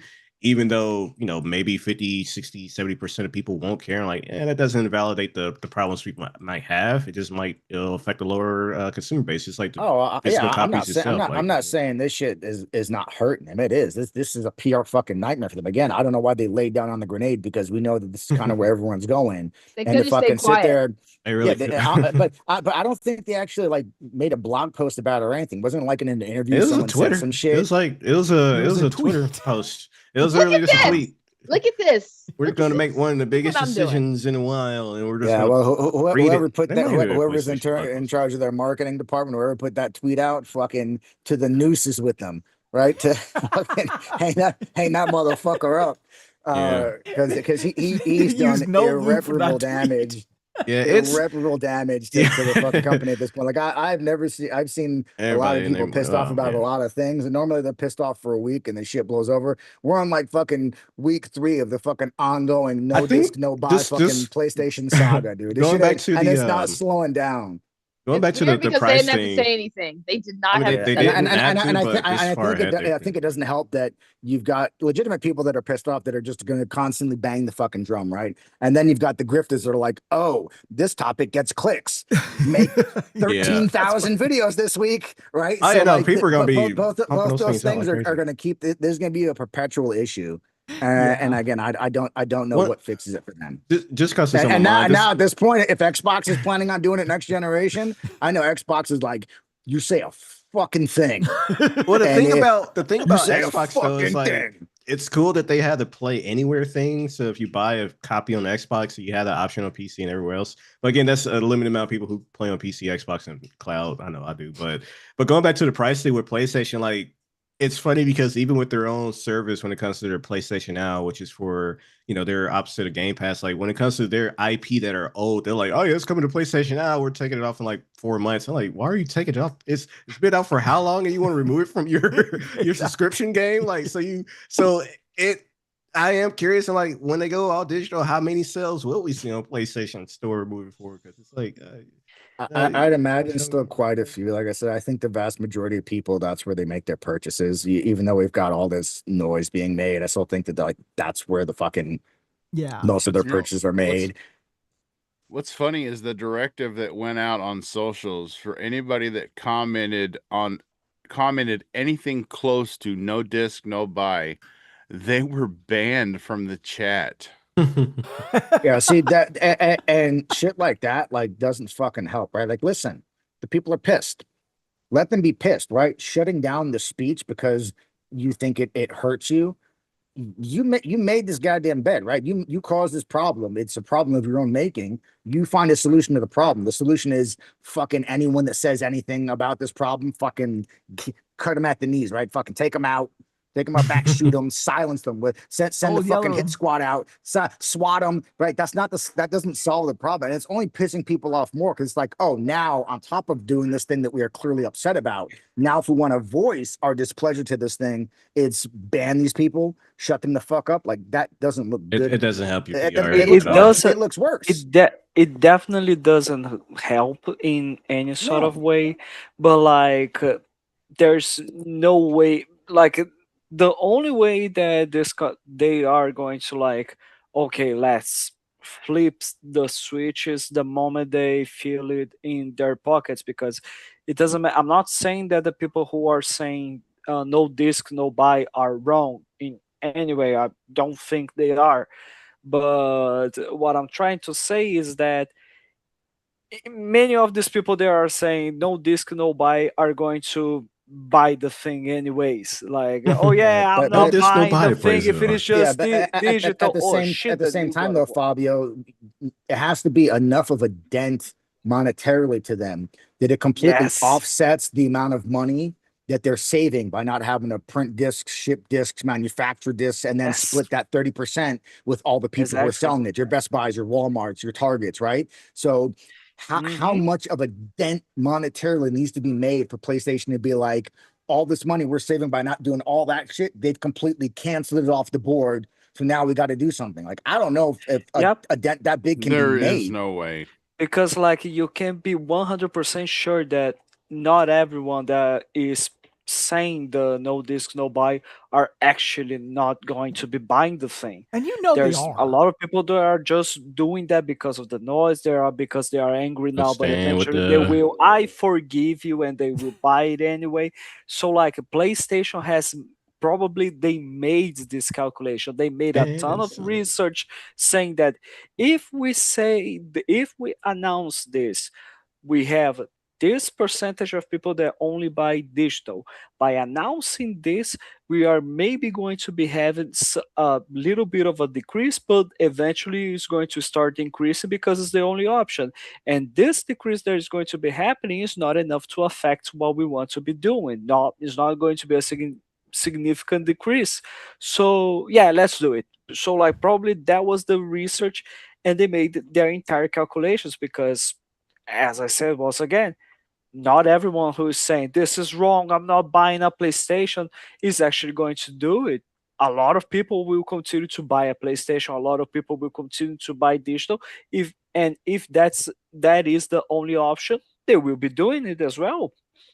Yeah, I mean, I think this is a whole lot of hoopla for nothing. I mean, I think it's going to fall on. I mean, it would be interesting to see. It's not. I wouldn't say it's for nothing. I think it is a legitimate thing to be upset about. I think that the arguments, for the most part, are legitimate. I just don't. Yes. I don't see what's going to change, and I don't know. And for me personally, it doesn't. I don't care because I've been digital only since 2014. So to me, I'm like, oh, this is business as usual for me, right? Like I'm just gonna keep doing the thing I've been doing for over 10 years. But for the people that have been physical this whole time, they're now like, I don't want that taken away from me. I can understand why they would be upset. So I wouldn't say it's all for nothing. I do think that the noise being made is probably a lot louder than it would be otherwise, because people like to fucking, like with anytime there's anything like this, right? All of a sudden people like to make noises because making noise is fun, or making noise gets clicks, or making noise gets views, no matter what it is, right? Yeah, and the way and just going off of that, just how some people are presenting it, because again, if most people are playing digitally, I know people say, as we were saying earlier, they fudge the numbers, what have you, but I'm just like, you guys are making it sound like, majority of people are still doing physical, or it's a good even split between physical and digital. And like, that's not necessarily the case. And again, that's not to take away from the genuine, that's not to take away the genuine complaints of people who do rely on physical. But I do feel like some people are like amplifying and blowing up as if like it's a huge, massive market that once you go physical, you're cutting out like half the industry or something like that. It's not that, Let me ask a question here, okay? When they were offering digital, the idea was, the digital should be cheaper than the physical because we don't have to, print that was 100% the idea, and it should still be the case. I think if they announced that they were going digital only, but the games are going back to like $50, we're going 20% cheaper, so you don't have to split the margins, right? Since we're no longer having to fucking manufacture discs and ship them to distributors, or have a 30% split with the Best Buys and Walmarts of the world, our game prices are going back down to $50 or $60, right? Cool. Sounds great, but the fact that that's not the case, right? They're like, oh, by the way, we're doing all that shit, and games are still going to be $7.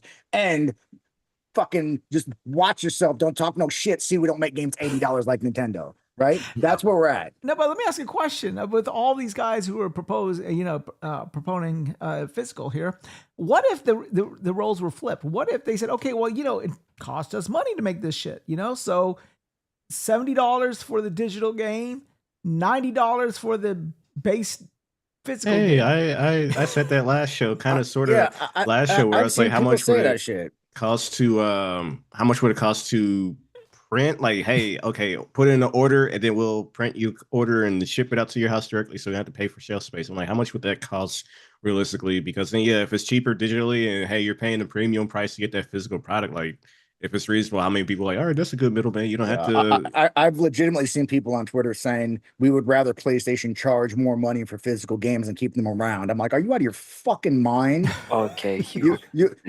So what would make you happy? What would make you happy is if PlayStation said, by the way, the God of War Egypt is going to be $90 to $100 on physical, but you guys wanted it, so congratulations. People be like, yay! Well, I mean, at least it's an option. At least, realistically, that was the case. here. like, Nobody wants that shit. Yeah. If they Like, if they did that, that would be even worse. The two retards online that said that shit would be a good idea would be like, yeah, that was my idea, and the rest of us would be like, dox these motherfuckers, get the ski masks. Oh no, I'll just go digital to these at that motherfuckers' point. houses. I'm They've going ruined digital. I'm like, thanks, buddy. You made it cheaper for digital. All right, yeah, thanks. Like, I just love the situations where the person say this is horrible and I have a solution, and their solution is worse than the situation. It's kind of like, for example, you have so many people that were, oh, Xbox is laying off so many people. You know what? Microsoft should shut down Xbox and lay off more people. You know, right? I want to talk about this Like- Halo review, but I'm not going to talk about the Halo review. I'm going to talk about Microsoft. I'm going to stop that joke. Yeah, exactly. I'm gonna. So I don't know. I can't. Okay, who's the guy on Digital Foundry that's not Richard Ledbetter? The other guy with glasses. John Letterman. John Linneman. Yes, he did a review of Halo Campaign Evolved, and I watched it before I came home and I played it. And everything he said is spot on. The only other remake of any other game I can think of that was as good as this remake was when they redid Resident Evil 2. This remake is so fucking good. And if it gets a score, and I've seen them, if it gets a score less than an 80, that's it's a travesty against gaming because it's really that good. There's a 70 on. I know, and the 70 talks about everything except for the fucking game. But going back to, I was mentioning Digital Foundry earlier, and I was like referencing like how they've changed a lot when it comes to the atmosphere and actually improving the experience, and still trying to stick true to the original, but bringing it up to modern day standards. And like that's why I can respect a remake, like actually evolving it and that's improving. I don't mean to cut you off, but that's that's the big difference I noticed between what was 343 and what is Halo Studios. Is Halo Studios seems to actually love Halo, and they won't do anything to sacrifice the core lore of Halo and the experience. Added a sprint button. No, I'm joking. Oh well, this game I was playing on heroic with the wife, and the first mission of the extra missions, it started throwing a ton of shit at us, and I used sprint like it was going out of style, brother. I'm telling you. I loved every second of it. I can run. So I am curious, just since you're playing it, how do you feel about the lack of a multiplayer? Because I know that's what some people said they were missing. But for me, I'm just kind of like, I mean, that the name is campaign. Campaign evolved. It means something, right? Yeah. I know. I get that, but people are still complaining about it. So I know, but you've got. I don't. Other than Call of Duty, I can't think of any other franchise out there that has more of a multiplayer offering than Halo. Just go into Master Chief Collection and you'll be there for a month, dude. Playing every mode, every game. Campaign Evolved, I mean, they gave you 4-player co-op from the very get-go, and it's not bullshit either. We played co-op, me and the wife, in the very beginning with the extra missions, and you've got Sergeant Johnson, and then you've got 2 Master Chiefs, which is theoretically impossible, but it gave us 2 Master Chiefs because we were playing in co-op. And I guarantee you, if you had 4 players in that co-op, there'd be 4 Master Chiefs. And I would love it if Sergeant Johnson would say, "Am I looking in a mirror?" I think one thing. By the way, be careful if you play that mission on Legendary, because if Johnson dies, the level ends up glitching. Well, see, that's just it on heroic. I don't think it's possible for Johnson to die. I think this on the multiplayer topic too is like, as you said, there's Master Chief Collection, and for this, and maybe they know the optics of it, maybe they just didn't want to put in more work. But I'm just like, you're splitting like player bases at that point where you say, okay, play Campaign Evolved or play Master Chief Collection. It's like, well, now you're dividing the player bases even more when it comes between the games. So it's just like, just give them a campaign experience and go back to playing Infinite. Like you said, it is called Campaign Involved. I mean, it's not Halo Combat Evolved. It's like you want Sprint, we got Remake. Infinite. You want the traditional, we got Master Chief Collection, and it's like add a third piece into that. Like, do we need another multiplayer offering now since we have so many? The best multiplayer offering of them all, Halo 5. Well, it was amazing. Speaking of Halo, we sort of talked about this in the beginning of the show with Cerebral, but let's go ahead. We've raked PlayStation through the coals quite a bit. Now, I guess it's Xbox's turn right about now. So, yeah, from the Xbox camp in the past couple of weeks, they've apparently they have began testing ad-supported cloud game streaming. So the ads either play the beginning or the end, and you have to watch it. How is that raking? I mean, I don't know. I mean, so listen, this is if you want free, this is what you get. Yeah, it's for the free tier. This is a great thing for gamers. This doesn't give you everything that's on Game Pass.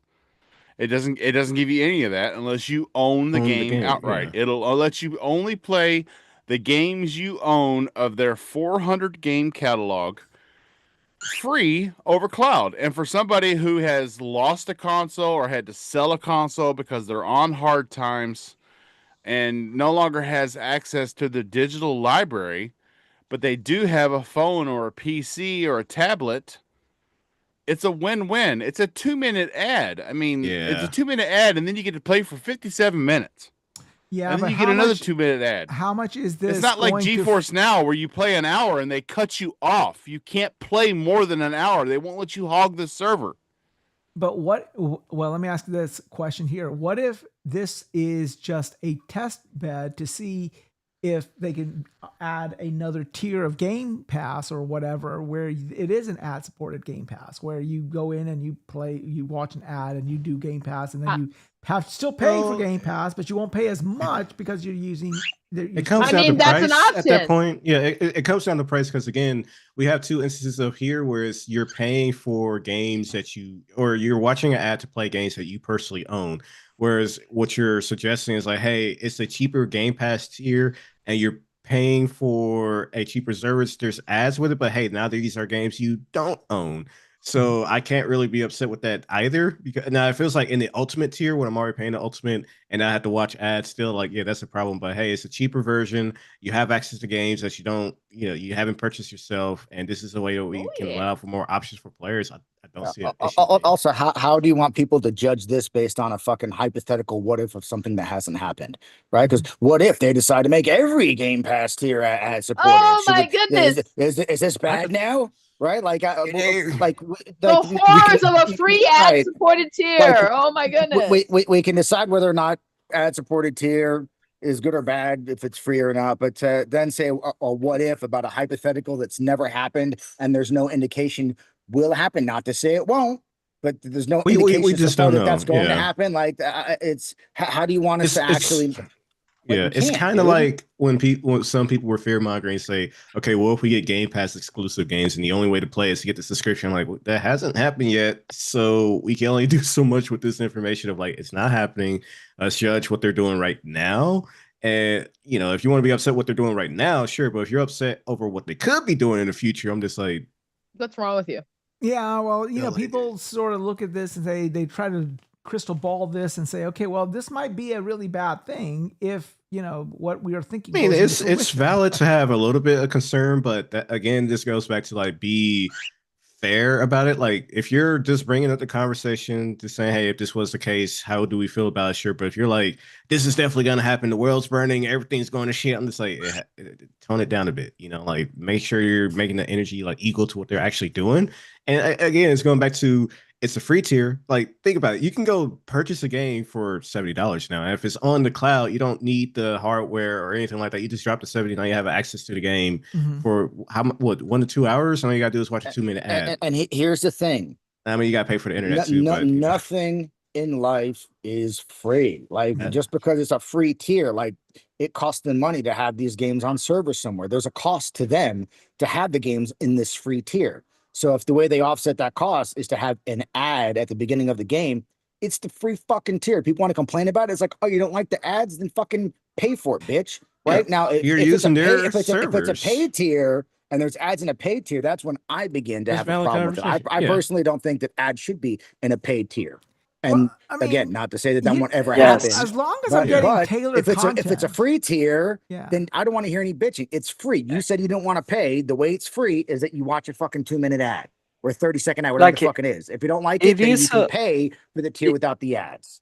It is a fair payoff, especially because they are saying that none of these ads are going to happen in the middle of your play You're in an time. Elden Ring boss fight, that thing, the boss is one hit away. Yeah, Like, oh, won't you like the boss? That's one thing I was worried about. Looking at the clock and trying to find a save point or a checkpoint really fast before you have to watch an ad. No, you're about to swing and hit imagine. It just stops.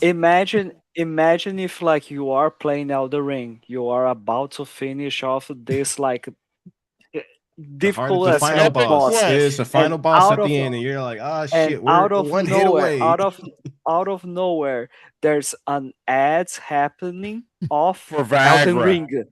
The only thing I can equate to that is being like seconds away from finally beating like a Sega Genesis or Super Nintendo game, and someone runs past the TV and kicks out the fucking power cable. No, imagine like in a CS:GO match. Out of nowhere, brother, if you're playing CS:GO on the streaming platform, this more power to you, man. I wouldn't want to deal with the latency and everything like that. Just 360 honestly, no if scoping you on have your fucking once you're iPhone. near a server, it's not that bad. Shit. All right, so Bethesda came out this past week and pretty much announced everything. This was amazing. Gun to your head, Todd Howard. You better announce this shit right now. No, like they had a summer showcase. They were mum. They didn't say shit, and then on just some random Tuesday, Todd Howard comes in and says, "Yeah, all the games that you ever wanted, we were releasing." Responding on Reddit. Yeah, but we also don't have any dates for anything, though, right? Like, we don't. Do we have any dates for anything? Actually, here's the thing. Remasters, are they going to take much work? What Bethesda did, they are just saying, we hate the GameSet Live podcast. Why? Because we usually do the podcast on Wednesdays. And when we do it on Wednesdays, out of nowhere, the gaming industry decides to send up some mind-boggling news on a Thursday. The week we decide to do the podcast on a Thursday, Bethesda comes and say, hold my beer, and drops everything on a Friday. And I'm like, oh, for fuck's sake. Exactly. Oh, for fuck's sake. You gotta be kidding me. Maybe we should give up. Todd Howard has a vendetta. Todd Howard has a vendetta against Steady Steve, man. She fucking hates him. I don't know who in our panel owns him money. I don't know who in our panel in a previous life. It's gotta be Darth. Gotta be Darth. I don't know who in a previous life of our panel decided to like kick his dog or something like that. I don't know who decided to fuck his mother, but he hates us. No, really they didn't bad. fuck her, but they did take her out for one date and never called her back. They ghosted her. Damn. But I mean, I'm pretty sure that some of us might have been involved in the Elder Scrolls Redguard or something like that, because holy shit. So let's see. There's a Fallout 3 remake coming out. New Vegas is coming out. I think Obsidian is also working on a new Fallout game. Plus Fallout 5 is in development. Plus Elder Scrolls 6. I do have. I got a little insight on the new Fallout project that Obsidian is working on, and fans of the Fallout canon, the lore, they're not going to be happy because the new game that they're working on is going to follow the TV show. And we've already seen so many things in the TV show. I mean, nothing as egregious as Master Chief taking off his helmets or showing his bare ass before he got some, okay? Nothing like that. But some set pieces were twisted to make the TV show work, and fans of the series picked up on it right away. But you know what? It's a TV show. Okay. It's still a great show. It's still a great show, but I'll complain, but I'll still watch it. Now a video game is going to follow that skewed lore and timeline. that is going to hit gamers right in the heart, and they are not going to be very happy with that shit. Come on, let's be honest. Are Fallout remind me. really happy? Remind me, where does the game There's or still, the show? There's still like 7 million people playing Fallout 76. Yeah. No, but here's the thing. Vegas. Fallout gamers really happy? Yes.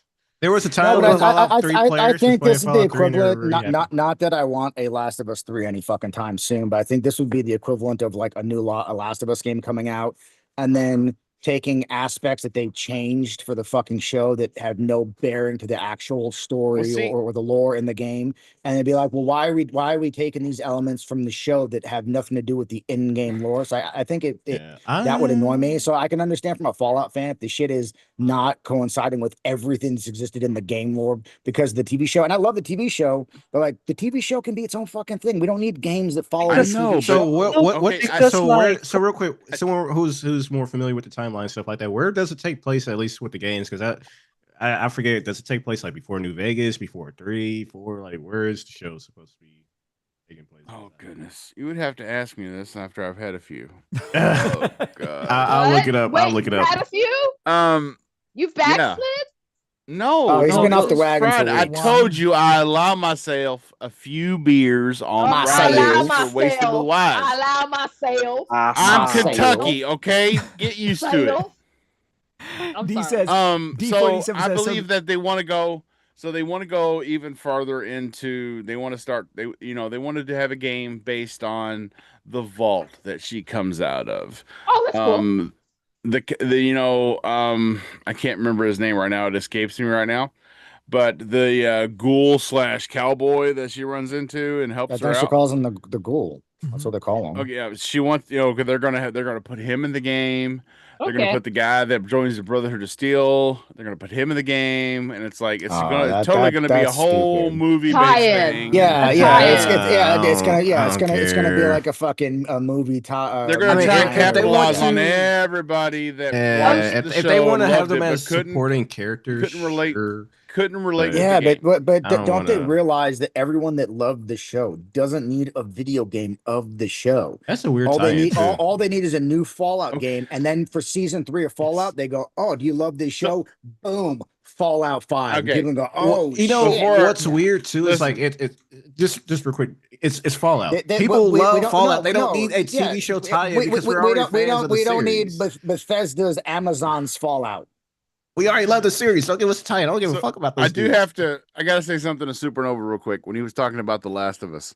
So I watched season 1 and season 2 of The Last of Us, and when I got done with season 2, I actually worked it out on a calculator, and I was like, I just wasted 18 hours of my life watching this show because it was in no way different from the 2 video games that I played. That's why I never watched it. Like it's a one. It was in no way different. It happened exactly like the game did. It's there were some significant changes though, like the fact that there weren't spores anymore, that you got infected by them making out with you, or the fact that the zombies were a hive mind. That's some fetish stuff, man. They all sleep together on the ground, and that's kind of cute though. If someone sees you 40 miles away, that the hive mind knows. Epstein Island Hollywood shit right there. It's just those don't exist in the game. But if everything else was almost a beat for beat. I think I'm curious. So like in instances like those, could you say, okay, this iteration of it is a little bit more better because it makes it more intense, or not?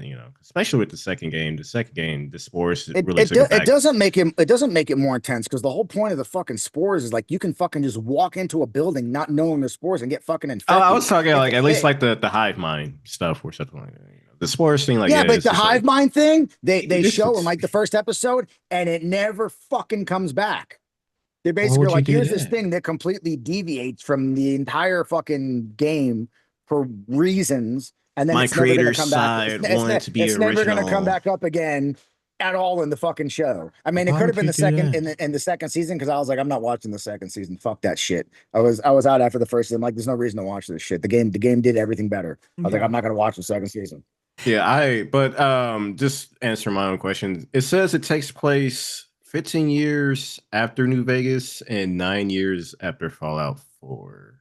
So I mean, it doesn't really matter when it takes place because everything kind of looks the same anyway. Yeah, so like the technology doesn't really change all that much. I think what this actually highlights is Xbox's new initiative or new push, and I think they are following behind. They're following what Nintendo is doing as well, and what even Activision was doing before.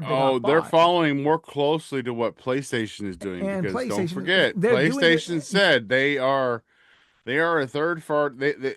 The CEO said they are a platform without content. So Xbox is going to focus very heavily on their first party stuff, their AAA stuff, like PlayStation is, and expect the gaming business to pick up the other half. Well, and they're trying to take these tentpole franchises that they are known for, your Gears, your Halos, your Fables, your Forzas, your Fallout, your Wolfenstein, and they're going to make it bigger, and then they're going to go into other forms of media, like they're going to make TV shows or movies and stuff like that, like PlayStation is doing. The same thing with Nintendo. I so want a Quake. Give me a Quake movie. Oh my god! Yeah, I mean, or a Doom. While we're on the topic of the shows, did you hear that Ryan Hurst tore his bicep and he's no longer going to be Kratos? Yeah, they got to reshoot it. Yeah, they got to reshoot him. They got to recast and reshoot. Yeah. So, I mean, which honestly, after seeing that like on-set photo of him, I thought he was going to be a good fit when I seen pictures of him when he was like ripped and shit. And I was like, oh, he's a tall dude. He can get ripped. And I saw the picture of him as Kratos in the on-set photo, and I was like, nah, man, he just looks like some dude cosplaying. This ain't it, Chief. Shit. So no, it did, bro. Listen, I was like, yeah, he's a great pick, man. I love him in Sons of Anarchy. He was great in The Walking Dead. And I saw the on-set photo, and I was like, oh no. All I can say. I paid someone to go fuck him up and get him out of the picture. I mean, my contribution here right now with the discussion is going to be this.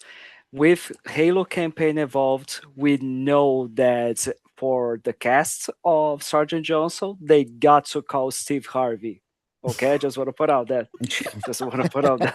He looks exactly like Steve Harvey. It's amazing.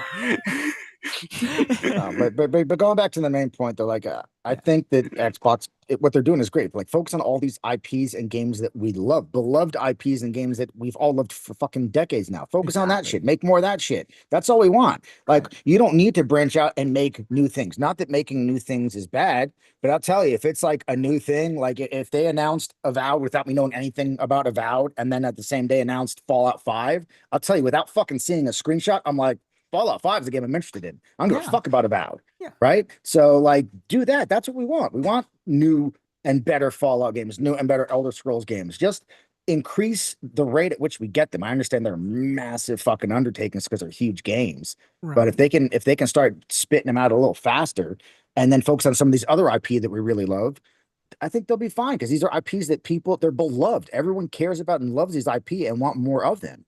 People are on Twitter. Well, we're gonna get Fallout Burnout. We're gonna get Elder Scrolls. Motherfucker, people buy fucking Call of Duty every fucking year. What are you talking about? I'm not expecting the campaigns of those games are dog shit, right? Like the multiplayer, cool. But if you ask me, between a Call of Duty or a Fallout, in terms of like the experience from a single player gamer, Fallout shits on fucking Call of Duty. It ain't even goddamn close. I think it'll really just come down to the release cadence, because how long has it been since Skyrim? 2011. Yeah. So 16 years since 16 or 17. But you had Skyrim, then you had Fallout 4, then you had Starfield. I was just referencing there were games between there. And then the Elder Scrolls Online and Fallout 76. Burnout. A lot of people say we're gonna get Burnout. Like, I'd rather a new Elder Scrolls every 5 years, like a mainline Elder Scrolls every 5 or 6 years versus every 15. I'm not gonna get burnt out over 5 to 6 year wait. No, I'm not asking for Fallout every fucking 2 years, right? Yeah. I need you to get 7 studios that spit out a new Fallout or Elder Scrolls every year, like they do with Call of Duty, and they just have fucking this rotating shit. I don't know. Yeah. Like, if we get one every 5 years, where I know they put 5 years of development into a brand new bespoke fucking product, that's uniquely this one thing, great. I'm more than happy with that. Yeah, yeah. Well, So I mean, you know, do that. Unless it's like Fallout, then we got the mobile game. Well, I mean, they already got the mobile game, but the RTS, the real time shit. Look, I don't get burned out of shit I Different. like as long as the ones shit. that as long as they keep making them and they keep making innovations, they keep doing tweaks to the Changing. formula to make it a unique experience over the one that came before it, right? Because if it's like just the same exact game and nothing's changed, it's Call of just Duty. different locations, right? That can get a little tiresome. But as long as they're I'll be making right back, guys. changes to the formula. And we're getting the location changes and things like that. Great. Give me more of the thing that I love with slight tweaks, slight innovation, slight what do you call it? I can't think of the goddamn word. Evolutions. Evolution. And I agree. Yeah, I agree. This is That's weird hearing people say Fallout burnout. Like, y'all been wanting the new Fallout 5 for like the longest. Now you're concerned about burnout. Like, damn, they give you what you want and you're already jumping it. But this is what I'm talking about. I mean, we've been saying this as gamers, like with their pedigree, with what games, what IPs they have in their stable right now, there is really no excuse for Xbox to be in the situation that they're in, apart from their own fucking misgivings or mistakes that they've done. They've got, especially with the amount of studios they have, they can easily be focusing on these tentpole beloved IPs and titles and do some more experimental things with new IP. They have enough studios, right? This is something that's going to be much, much harder for PlayStation to do. PlayStation can really only focus on their core IP because they don't have any fucking studios to make anything else. Right. They've only got what, a handful of studios, what, 5, maybe 6, and of those, only like 3 or 4 are the ones that make their main fucking games, right? You got your Naughty Dog, your Santa Monica, your Insomniac, and Sucker Punch. Outside that, that's it. That's it. They only really got 4. Yeah. And it goes. If those 4 are focusing on other things and not just the core IP, right? Like they don't have the expansive catalog, or not catalog, but like basically bench of studios that Xbox now has after this acquisition to be able to focus on these things and do the other things as well. So fucking leverage those studios. Keep the ones that make these core games, make the fucking core games, right? Like, I mean, Who makes fucking it doesn't make any more? fucking Who makes sense. make more? The house of Call of Duty, Spyro, Fallout, Elder Scrolls, Fable, Forza, Gears, Halo is dead fucking last. Why? Doom, but the funny Quake, Wolfenstein. Exactly. Keep going. You know. Yeah, but a big problem with that comes with the fact that a lot of those games you're naming aren't exclusive to that platform anymore. Yes, that's the point. Like, make those games, make them on a regular cadence or a steady cadence, and make them fucking exclusive. Cadence. You will sell as many consoles as you can make. I promise you this. I don't know anybody who agreed with Phil Spencer's whole kumbaya, when we all play, we all win. Yeah, no. Nobody agreed with that. Shit, you know. Well, I am curious, like, and I don't understand either, because that kind of like, wasn't he part of the we'll call it the administration that was like, we're gonna spend PlayStation out of fucking business? Mm-hmm. No, that was Matt Booty. That was Matt Booty. Yeah, that was Booty. Well, I mean, they easily could have, right? Like, I mean, he was there, but he was there for the acquisitions. Yeah. Oh yeah. Yeah. I mean, there are. I'm curious on like how much. And I'm pretty sure all they had to do was eat the cost for the hardware and keep their console at $500. Yeah. There you go. But no, well, they didn't. The whole people cared enough. Yeah. With the Phil Spencer thing, I still am curious on how many people. If I'm Phil Spencer and I'm Xbox, I say fuck PlayStation.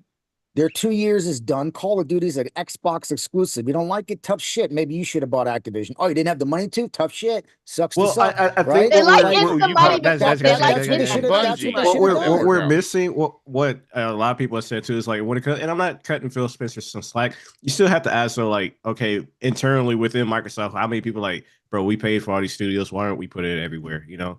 And so, because I know that's what some people are saying when it comes to like Satya Nadella saying shit, why are we even still in the console business when it comes to maintaining multiplats and even putting some games on PlayStation? I still have to wonder like how much of that was his decision versus being pressured. But then at that point, else. Triple, pick a fucking lane, because if the idea is we just bought all these studios for $80 billion, we're going to put our games everywhere to maximize how much money we make with these games. I get that. I'm just saying, at that point, if that's the route you want to go to, then exit the console space. You can still put your games everywhere, whether it's PlayStation, PC, Nintendo, wherever. But then it's to have almost to have the like console, and then like some are exclusive, and then some aren't. Like it was like You know, they wanted to yeah, listen, and be it sounds like it's a embarrassing. case of too many chefs in the kitchen. You know, Yeah, because it's like one person wants I think this, and it's somebody else wants to do pick a lane. something else. I think in many ways it's the situation where they could try to what seems to be the situation right now, which is they're trying to balance it somehow, which is there's going to be games that are going to be fully multiplat, but the main titles are probably going to be now exclusive. So Well, Gears yeah. E-Day is exclusive, Clockwork Revolution is going to be exclusive. I imagine that the next Halo or the next Halo mainline campaign Halo. Yeah. remake or I something like did. that is going to be exclusive as well. But I I don't did think hear that through the games like grapevine that wouldn't have happened if Asha had taken over before they had mhm, already publicly put the PlayStation logo on the trailer. Yeah. mhm. And But also, like, It's while it's I do Halo think and though. put that a sock in Yeah. fucking Matt Booty, please. I'm like, what the fuck is he talking about? The people that the But players are no, so focused on it's single player games. Halo, like guys. Let it yeah, go. if no, fuck that. Oh, I If saw if you butt crack are, and I liked it. I didn't know that Lemon was here. No.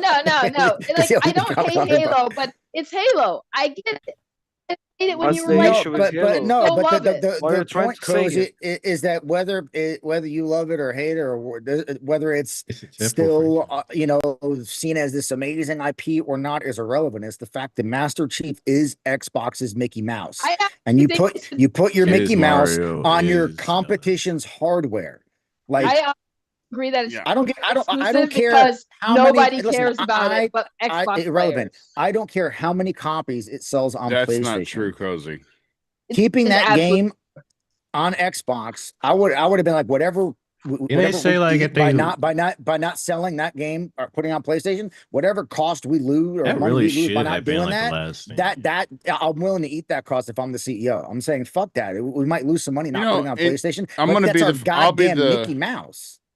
I'll be the first to say that I kind of brainwashed myself into being okay with putting their games everywhere because I understood that they needed to see revenue coming back for all these investments they had made into studios. And I guess the way I made it make sense to myself, and I'm sure a lot of other Xbox gamers made it make sense to themselves, is PC gamer well, I play on everything, Cozy. I literally do, and I do lean more towards PC, but I still play on now. everything. You lean more towards PC, then you shouldn't even be like, oh, Xbox.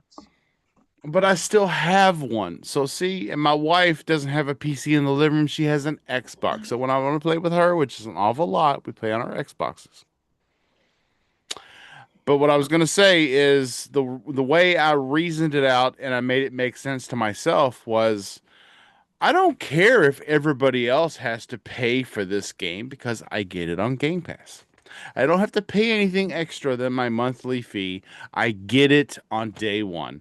But at the same time, I was blinded by that thought because at the same time I was getting that benefit, the brand was being hurt because gamers were leaving saying that there's no reason to buy an Xbox because I can play this everywhere.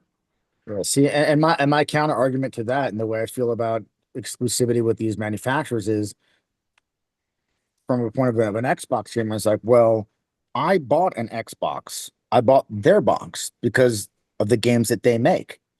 So I should have the privilege of having access to those fucking games. Why should these guys over here, who didn't support this company by buying their box, have the privilege of playing those games? Like, they want to Your play those average games, gamer has a buy console, a though. fucking Xbox. The problem is Because your if average gamer has a if I console. if I as an Xbox gamer want to play Spider-Man or God of War, I have to buy their fucking box. Exactly. The problem That's the way it is. Get a PC. I get what you're saying, but the problem is the average gamer has a console, and guess what? That console isn't an Xbox. That console is never going to be an Xbox. They're not going to see like, oh, Halo, I need to play this. They don't care about it enough. They absolutely do not care about it. It doesn't matter. A lot of people, especially when it comes with IP, and IP that have been basically the core of that fucking company's identity since its fucking inception. It is the idea that sacrilege that game Halo is being is now played going to be so- given to other people who may or may not have supported this company at all over the last 20 years for what? Just for some additional revenue. It's like, no, if they want to play Combat Evolved or any other fucking Halo game that comes out, they can buy a fucking Xbox, right? Because Just it's like if the throw- Xbox guys want to play any PlayStation games, they can buy a fucking PlayStation. If not, And you listen, don't fucking play those games.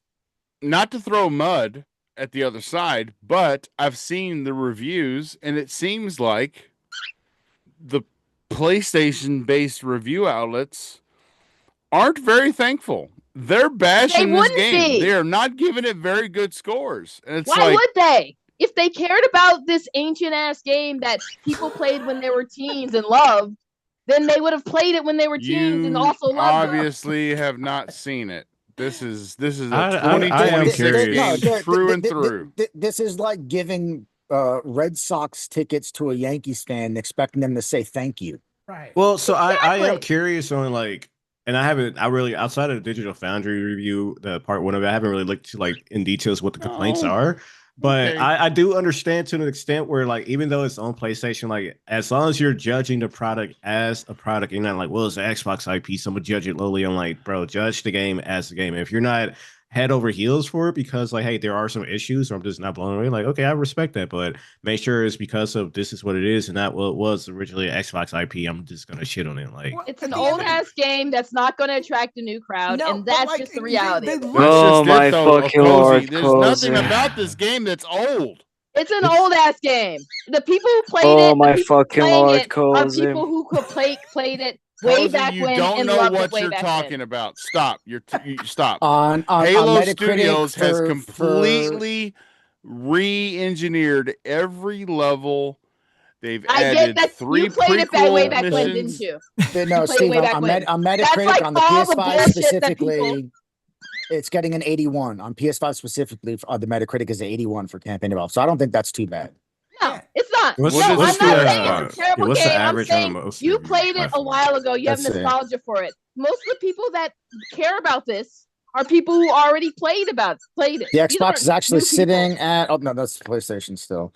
Let's see. I'm gonna get the Xbox is sitting at an 84. So it's only 3 points higher than the PS5. yeah, and with PC's at least at going 76, by right? PC's at PC's at Because they have 77. better games to play. but when it comes to Here- the okay, platform here's that the has the thing. most, it's on PlayStation with 44 reviews and 81. So that's still not bad. No, you know, but just it's by still that high this is the game that defined Xbox. And to First-person see- shooter. That's a shooters long on ass time console. ago. but That was a long ass time Okay, ago. well, That's man, a Cozy, big it long does- ass it time doesn't- ago. no, Guys, Cozy, guys, it doesn't matter how Jesus. old the game is. It's irrelevant how Cozy, old the game Cozy. is. It is core to the identity of this fucking company and this the brand. company wouldn't Mickey- exist if it Mickey wasn't Mouse, for this game. Mickey Mouse is a Yeah. bajillion fucking years It's old. a garbage brand. What? Let's In be Cozy- your- honest, it's a in- garbage in- brand. Either in she your goes or opinion. I go. Fabio, Goes you're it- about to say all something, your sir. here's the thing, Cozy, you're just pretty much just telling me that you just don't like Halo. That's it. That you're You just don't like non- first-person shooters. You That's ju- what you're are telling just me. I don't telling- care about you didn't Xbox. give me That's any what proper I'm telling you. argument that supports what you are saying. Besides, Well, that's I good, don't because like I didn't this play it game- way back Halo. when, so I have no nostalgia for it. I don't So care. listen, Yes, Halo, okay, Halo, you don't Halo. care. That A lot of agreement people for Yeah, Halo so was made by if- Microsoft, not Xbox. If you don't care at all about the company or their brand, then why give any type of opinion on the topic if you Right. just give zero fucks about it? Because you guys Because are here's acting the thing. like this should have been something more than it is. It's just like Okay, a well, game, what type of games are you playing right now, Cozy? not Halo. Okay, well, no, I And want to that's know. okay. Tell me what. No, Tell me what she's playing type of games Forza. you're She's playing, so I can Forza sit back 6. here and attack them like a ludicrous fuck. She's Tell me. playing No, no, Forza I'm 6, playing but doesn't Forza give a 6. fuck about Xbox. No, because here's the I thing. would Here's the not thing. play For example, Forza 6 if it wasn't on PC. I didn't play Elder Scrolls Oblivion at the time it got released. I never played the game before. I don't have nostalgia for it. But I was excited for the remaster because it was the first time of me playing it. Mm-hmm. I never experienced a game. You don't have to care about an old ass game just because of the nostalgia you have with it.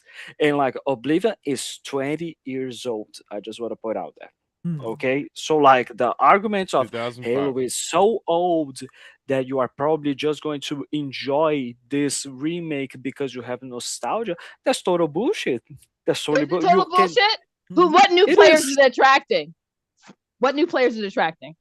I'm sorry, I mean, we don't have the I don't have numbers, anything. but shit. Yeah, Yes, you exactly. don't. Give me the numbers, and then we can talk. We're not going to get the numbers Oh, I'm until sorry. a week after. That's a week before it released. Oh yeah, I forgot every single one of it. One of us here has a data center that has the numbers, so we can give to No, her. but Of course, you're of shifting course, the we are all goalposts. First it was like, prepared. oh, it's old, nobody cares. Now it's like, oh, how many new people are bringing in? You have just you keep changing the reason for why it doesn't matter. When at the end of the day, it absolutely does. It is. It only matters if it makes money. No, it doesn't. No, that IP is synonymous with this brand. Whether it is still I don't a know. great dying or brand. bad, It's that starts synonymous with a dying brand. That almost starts to get into like the bean counters argument. It doesn't matter as long as it starts to make money, and then you kind of start to minimize the entirety of what what a franchise can mean to a community of people and gamers and anything like that. We just like, did it make money? No, okay, it doesn't matter. Like, no, there's some importance beyond just the money, especially. That's the point. Just like Make Mario. money. Nobody gives a fuck about Mario. Who cares about Mario? No, time out. When Mario makes money. When Oh, you for ask fuck's someone, anyone, anywhere, we took a poll and say, name the first Xbox game that comes to mind. What are the chances that game's going to be Halo? Almost 99%. Maybe one person exactly. might say Gears. And that is the fucking point. That when you hear this game, the maybe first thought Gears that comes to your head, maybe Gears.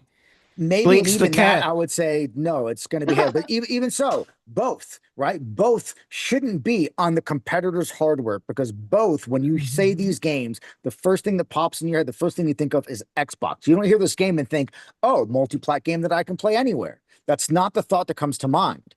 Regardless of whether it makes a lot of money, makes no money, is 7,000 years old, is 2 years old, people love it or hate it, doesn't matter. These games, when you hear their name, the first thing you think about is Xbox. And for that to be something that changes because they put the games on their competition's hardware, who at the same time are not willing to do the same thing with them, because PlayStation ain't sharing shit. You don't need exactly. to. Yeah. Exactly. Prime example, Demon Souls got remade, never saw another platform other than PlayStation.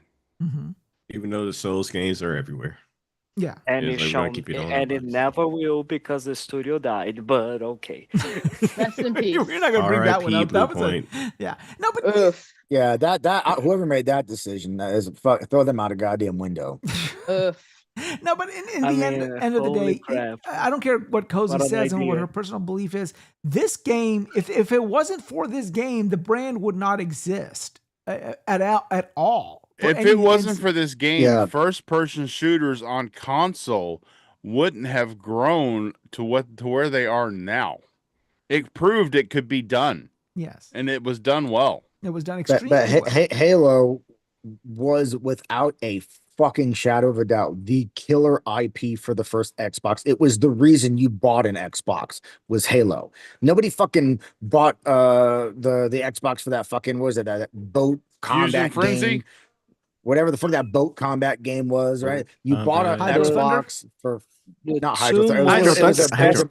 It was a boat. It looked like Hydro Thunder, but it was boat combat, like Twisted Metal with boats. Yeah, it's essentially what it was. I forgot I bought an Xbox with Blinks the cat. Was it Bloodwake? Was it Bloodwake? So I do have to say, it brute force. So popular. Personal experience. Whenever sorry, Civil Gone. When I went to LAN parties, which I went to a lot of Bloodwake. them.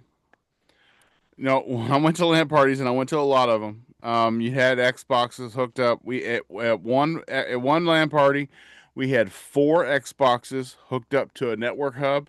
We had a big screen in 4 different rooms, with each screen having 4-player split screen on it.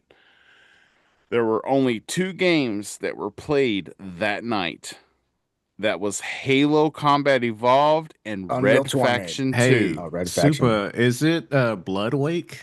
The cover art looks like Hydro Thunder, but with a gun on the boat. That's what I said. It's Bloodwake, yeah. Okay, it's to me. Red Faction like 2, really the railgun hitting people in the heart through the walls. That shit was epic.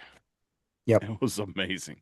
Everyone knows Paul that Brute says, Force was the I best wouldn't say Xbox Xbox game. wouldn't exist at all. It may have been slower to grow, but it would exist. I mean, No, listen, it was the game again. It was everyone that bought an Xbox, they bought it for one game, and it was fucking Halo. right. Now, again, I'm being hyperbolic. Of course, there were some people who may have bought it because of other games, or Microsoft is making a console. It's their biggest It's it's Knights their of the biggest Old IP. Republic or Morrowind. right? But for the most part, everyone was like, "Yo, Halo, I need to get me a fucking Xbox." It's their biggest Xbox IP before they It's bought just all the other like Activisions with the and stuff first like that. Like, PlayStation, for the most part, it was Crash Bandicoot. Got to get me a PlayStation. That's the game that put a fuck ton of PlayStations in people's houses. Was Crash Bandicoot. I bought my PlayStation for Final Fantasy VII. Bingo. That's what I bought my PlayStation for. That came out after Crash Bandicoot. Yeah. But see, but like the PlayStation 1 era was quite magical because they were like at the peak of their creativity, as well as the partnerships for the diversity of IPs that they had. Because not only they had Crash, they had Spyro, they had Jump and Flash, they had Parappa the Rapper. They had, for fuck's sake, they had. I think they even had like a Gex the Gecko. they did that. Gex the Gecko. I love those games, dude. Yeah, because they're all about movies, they're all like movie puns and shit, and a lot of movie-based levels. Like, they had so much Battle Arena, Toshida, like Blasto. Well, it was voiced by what's his name from SNL. I forgot his name. Blasto was Captain Blasto. But remember, the Final Fantasy Tactics first came out on PlayStation. Final Fantasy VII was the reason that me and Steve actually went to PlayStation, because I was a huge diehard Final Fantasy guy. I thought it was going to be coming out for the N64. When they jumped ship to PlayStation, I said, "Shit, I needed a PlayStation." You know, so even fucking Twisted Metal, like we had combat games like that. Jet Moto, like these games, I was like, "Yo, these fucking things are." Dude, I even really loved played games like that before. I played the shit out of Croc. Oh, I loved Croc too, man. Yeah, boys, Tekken 3, the Need best for Tekken Speed ever. on PS1. Yes, Ridge Racer. You know, so there you go. Remember that one? Yo, Fabios, you got to shoot me your mailing address because I'm getting a new 4K camera with a ring light. I'm sending you the 4K camera that I'm using right now. Yeah, your camera is shit. No, I'm joking. So you won't look like Osama bin Laden making videos from the cave anymore. So you won't look like Osama bin Laden making videos from the cave. Exactly. But yeah, I mean, so it is sacrilege to see Master Chief on a PlayStation, but it is what it is. Yeah, it's And look, I mean, they could have put any fucking game on there, but you don't put Halo, you don't put Gears, you don't put Forza. I understand that with Horizon. I know with Horizon, like it's such a popular game that they kind of already done that, but like I see that as the Halo Holy Trinity. It always has been since those three. I mean, they've already did that. And I'm sorry, Xbox Holy Trinity. Yeah. You know, Halo, Gears, Forza. I mean, and to put those somewhere else. The issue too is just like it goes back to their messaging, because they did the same thing where it's like, oh, you know, multi-plat games or multiplayer games, we want them to be multi-plat. So I'm just like, but the new Gears is exclusive, and that's gonna be a big multiplayer game. They could have acquired all these studios and just made the fucking determination that any IP that appeared on other platforms prior to the acquisition, that will continue to be the case. Fallouts will continue to go to PlayStation. Elder Scrolls continue to everything, Call of Duty, everything. But any of the games that were Xbox only games from our core studios, those will forever remain Xbox exclusives. Everything else can go wherever, but our Halo, our Gears, our Forza, they will never leave this platform. Yeah, and it goes back to their messaging, because I feel like they said something like that before, where they're talking about like legacy titles or something is going to be multi-plat, but moving forward, you know, this new game. That's the problem, is the things that they only 4 and everything kept changing and moving, and like, and we all knew the only 4 was never going to be only 4. It was like only 4 until they make money. Then it's going to be more than only 4. was it the I can't remember the guy in position, but he was talking about like, yeah, we're really heavy on the exclusive. Then Matt Booty comes out. Well, actually, we're still debating that. It's still case by case. I'm like, Yeah, put a somebody need to sock in sit Matt down Booty, and please. sit the team down. Like, shut the fuck up. This is what we're gonna say. Someone You're sit not Matt gonna Booty come on his out. booty and tell him to shut the fuck You're up. not gonna come out and say something against what he's saying. Okay, like we're too many different people saying too many different things. That's like, the thing. All these companies, they need to pick one fucking mouthpiece and have a unified voice that comes from one fucking person. Not all these dissenting fucking opinions on what's going to happen. Have one person be the voice and speak for the company. You have all these people talking all kinds of, and then people are super confused because they're like, well, who's the one that actually knows what's going to happen, or who's the one with the most power to make these? Like, who the fuck knows, right? It's so confusing. And see, that's for the everybody. That is the primal problem. That is the biggest problem of Xbox right now, because we, as an Xbox player, if that's the only console you have, you do not know where you stand. You're like, okay, everything's an Xbox. Well, no, this is now an Xbox. Okay, only 4 games, maybe not, maybe more. Okay, we're going to put these 2 single players games on, make them exclusive, but don't focus on that because others may not be. All right, and I understand that obviously changes need to be made within the company for obvious reasons. They're talking about just making it far more sustainable than it currently is. They have all kinds of shit internally that they're having to change things for. But just within one console generation, we've had so many fucking swings of it's going to be this. No, now it's going to be that. No, actually not that. Now it's going to be this. And it's like just within the one console generation, that at this point, it's like even the shit that Asha Sharma is saying today, is that going to be the case 4 months from now? Like, who the fuck knows? Like, there's just no way of knowing because it's been so volatile just over this one console generation. And see, what they don't seem to fathom is that there is this thing called consumer confidence, and at this point in time, I hate to say, I don't think Xbox has much of any of that consumer confidence. I don't think anyone except Nintendo has any fucking consumer confidence really left, because even PlayStation's kind of fucking not even with the freaking physical media, just with their freaking game output. Right. People are like, what the fuck's going on, guys? Like, what are we doing? And then with all their, we're going to focus on all these live service games. And no, we're not going to focus on live service games. Saying now here's 1,000 games we made that we canceled. So like people are like, what the fuck are they doing over there? And now Xbox is saying, now people are saying from Xbox's camp that maybe GamePass was a bad idea. Like, what the fuck are you talking about? What are you doing? I guess like maybe day and date wasn't a good idea. I've been saying that since the beginning of time, but yeah, like you're gonna let some people.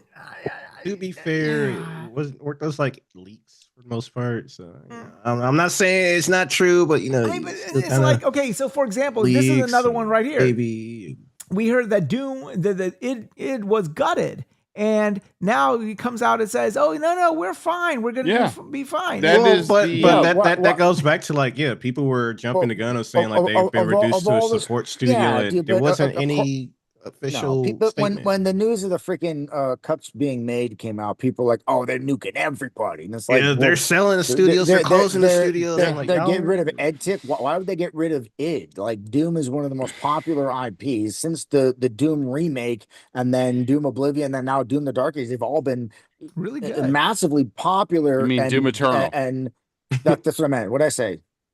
You said Doom Oblivion. Oh, we got some Elder Scrolls. Doom Oblivion. It's all in the family. But no, but you're right. You're right. On social media, on social media, the head of EdTech came out and said, "Look, we are alive and well, and the people we have on staff is the same size as we were when we made the 2016 Doom."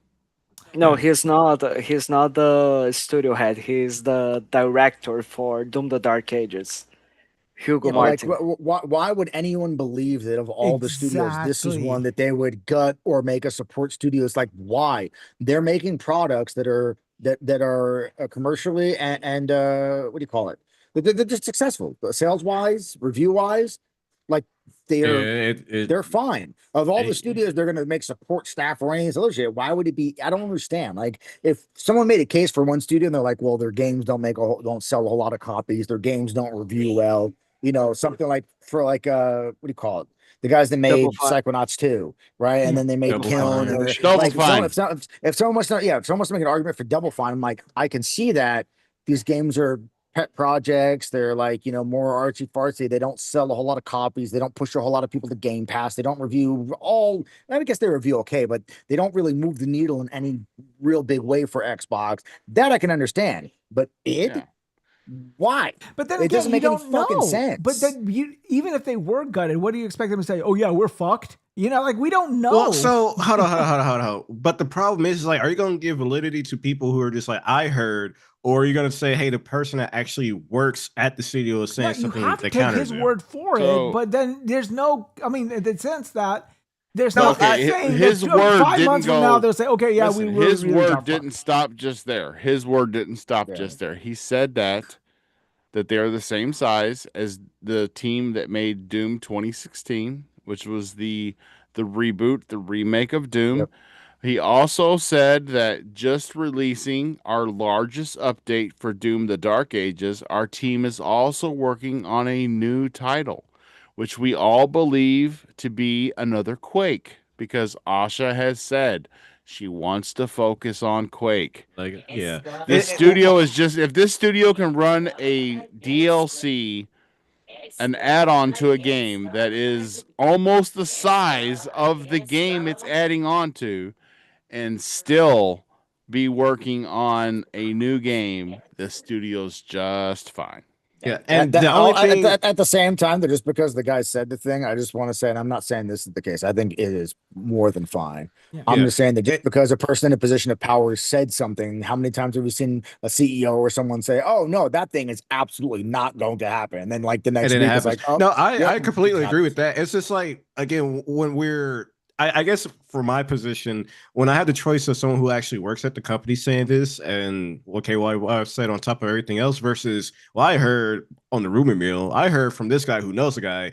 You want to give more validity to the person who knows the guy the guy, or the person who actually works at the studio, right? 1,000%. Yeah, and that's where people just like taking those stories and just running with it until someone speaks out against it, and it's just like, I get it, it's just like the balancing of like, okay, don't run with every rumor. Obviously, don't trust corporations with every word. But I'm just like, don't take every rumor as if it's a fact too. I always tell people like, I don't. You can't just believe blanketly everything that everyone says. But at the same time, when someone's an authority on a particular topic and they tell you something and they are the authority on that, to a certain extent, I have to take their word for it because they are the fucking authority. They're the ones that know what's actually happening, what's going on, right? When other people say some shit, it's like, well, how do they know? They aren't the authority on this particular topic. His uncle works at If we were going to be listening to the rumors 100% as they are leaked, like World's Edge, which is the studio responsible for Age of Empires, was going to be shut down, and even the Microsoft Flight Simulator team was going to be shut down. Asobo. Yeah, like it makes no goddamn sense.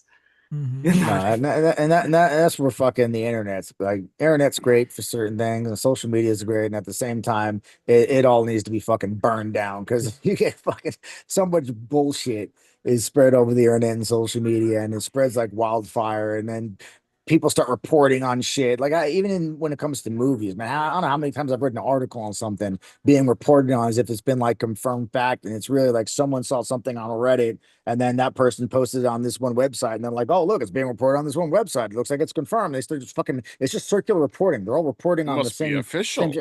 Yeah, and they're all reporting on someone else who reported it, someone else who reported it, and it never came from any official source. It happens all the fucking time, dude. Pretty much the rumors were saying that every single studio, minus Halo Studios, the Coalition, Minecraft, and the Bethesda and the Call of Duty studios, were going to be shut down. Like, what the thing is, anyone who believed that shit is like, did you even stop for a second? Like, fuck the rumors. Just for a second, take pause and think logically about what studios might or might not get closed down. How many of these fucking rumored studios? Logic and gamers, that's an oxymoron, sense, bro. Make zero logical sense for half of these, rumored studios to be shut down. It's like, why? That makes no fucking sense. That they didn't actually shut things down. They were like, if leadership did shut down a lot of those studios, I'd be like, Axe leadership, dude. What the fuck are they doing? Well, I think it's going to a bigger pivot. They're trying to get rid of all these artsy fartsy games that nobody really gave a flying fuck about. And they're trying That to don't make money and Yeah. don't bring people to Game Pass. No shit. Yeah, I mean, there's going to be cuts because it was way too bloated to begin with. Of course, there's going to be people who. It goes back to just the aspect of the whole cuts thing, which was also to talk about changes in leadership or their structure, and we don't need 14 tiers of people that gotta go through for changes levels or something like that. That's So crazy. that 14 levels of insanity. management. You never get anything done because everybody's passing the buck. Yeah, that's fucking red tape on top of red tape, man. And so with that, with that one key example, you do have to ask, and I'm not minimizing people losing their jobs or anything like that, but you do have to ask, how many of those jobs were redundant to some extent, especially as a lot of people were saying when they made the Activision acquisition, it's and with ZeniMax, how many people were kind of redundant when you already have those people coming together. I think the bigger thing is this is what big corporations do. They gobble up smaller things and grow, and then they trim what they can. I think I don't have a problem with them letting people go, right? Like if they've made the determination that we don't need to be paying 17 people to do the job that we only need one person to do, then get rid of the fucking 17 people. That's their prerogative as a fucking business. So when I really think that the industry likes to focus on layoffs when layoffs are inevitable, because when you have a studio that's got, let's say, 120 people, and they're getting closer to release, they're getting into their final version of the game, all of a sudden that the head count bumps up to 180. We know why that's happening because we're looking at final touches, we're looking at play testing, we're looking at all bug checking and bug fixing and detecting, and we're looking at all different kinds of things before the game goes out to the public and is sold for a monetary value that they have to make people feel good about spending. You can't release a buggy piece of shit for $80. We understand that after that game releases and that studio sits doing updates for the next few months, we know layoffs are coming in that studio because we just bloated that studio by 60 employees. It comes with the territory when studios, when they're in their brainstorming phase, that's the core studio at work. When they're doing things on the board, doing storylines, doing character, thoughts and stuff, that's core studio. But when they get into full production is when everybody pretty much every department needs a few assistants to keep things moving at a fast pace because they're getting closer and closer and closer and closer release. And when that happens, and when you have as many studios as Xbox has, and you have as many games releasing in a year, and you say, okay, well, this game is ready for, which we're pretty much sure Fable is ready for a release right now. They're just avoiding the Grand Theft Auto 6 window. Yeah, there's going to be some trimming because those people aren't needed anymore because you've basically got the gold version of the game ready to be downloaded. And but let me ask y'all a question. I'm not trying to make the layoffs. I think a thing that people always but complain about when it comes to layoffs is well, these companies are making record profits. The CEOs are making record, profits every fucking quarter or year. Why do they have to get rid of all these people? And while I can understand people approaching it from that direction, at the same time, it's what do their profits have to do? Just because they made record money, that means they should have to keep staff that they've determined they don't need and pay their salaries when they determine that they don't need them there. What does one have to do with the other? And then oh, they make all this money, they're evil for letting people go. It's I think that's the way the shit works. It's funny you bring that up because I was about to speak onto that, man. So I don't know, some weird mind reading going on. But I think at least in Xbox case, they have, I know they're under Microsoft, so it's not like they're hurting for cash. But at the same time, they have expressed hey, no, year over year, quarter over quarter, we're losing money to some extent. It's not with was it Activision when it was oh yeah, Call of Duty's are record breaking sales and we're selling by the millions. We gotta let people go though. I was it's in Xbox's case, like, no, they definitely needed some change, some mix-ups going on. If the expenses that they were making weren't really needed as the way they were going, or it could be a multitude of things. And again, not trying to minimize it, but at the same time, the news finally coming out and seeing how things planned out. From what we were hearing from the rumors versus what actually happened, it really wasn't as bad as people were saying. It was gonna the be. best worst case scenario we could have hoped for. Well, let me Yeah, also like they're say, actually just to close, like they're letting studios that they were separating from still giving them some type of whatever the proper phrasing, like funding Yeah. for the games that they announced, and they got new leadership and still just outright shut them down. Like even with who was it? It was the studio Tango with Hi-Fi Rush. Like they got rid of them, but they passed it on to Crafton, I believe. And even with the Toys for Bob, when Toys for Bob wanted to separate, like at least they're letting these studios go and continue in different ways versus existing more kind of like with Blue they Point. gave Double Fine their entire catalog back. They say we don't want any of it. You just keep it all. Yeah, bro. They're And letting they them sold keep it their to him fucking for $1. IP, bro. Right. That Honestly, sold it to listen, him for $1. you Tim can Schafer hate on made out like a corporations all you bandit. want, but the fact that they're allowing these studios to keep their IP, that's a fucking huge thing that they didn't have to do. That was a fucking huge nice thing. Tim Schafer made out like a bandit. Tim Schafer played Xbox, and in fact, he even said it. It is like a damn fiddle. He said before, he said we thought about the most preposterous game that we could pitch to Xbox, and they pitched Kiln, and they said they didn't say no. No, that was Keeper. That was Keeper. It's like, come on, So Tim Schafer made out like a fucking bandit, No, but here's the thing: they had to look at, if you look at what Double Fine's catalog is, and then bought them, you get what you bought. Yeah. Like when people talk about like Double Fine, they're like they just think of Psychonauts. Like that's like 99%. That's like 99% not what they do. It's like hiring Tim Burton as a director for a movie. Then you look at it and you're like, why is this thing so fucking weird looking? Yeah. And it's like, because you hired Tim Burton. Yeah. But I think that all of this consolidation or getting rid of all these developers and consolidating these to these major IPs that they have under their belt, I think this is a bigger push away from focusing on Game Pass, because Game Pass needed all of these, I hate to say it, filler games to go in there. Game Pass was a subscription service, and you've got to keep feeding that service. If you de-emphasize the subscription service part, then you can concentrate on your bigger IPs, because your bigger IPs will take a longer time. And I think it's a good idea. I kind of want to, I would say the biggest issue Game Pass had in that context is more so like a steady cadence of games. And when you look at how long it's been between the last Elder Scrolls and Fallout, how Microsoft had announced so many games ahead with like State of Decay, or how we had Perfect Dark, and how we thought we were going to get Perfect Dark, and then they shut down the studios. It's less about the smaller games like Keeper, because whether you enjoy Keeper or was it Pentiment, like you're adding content to the service.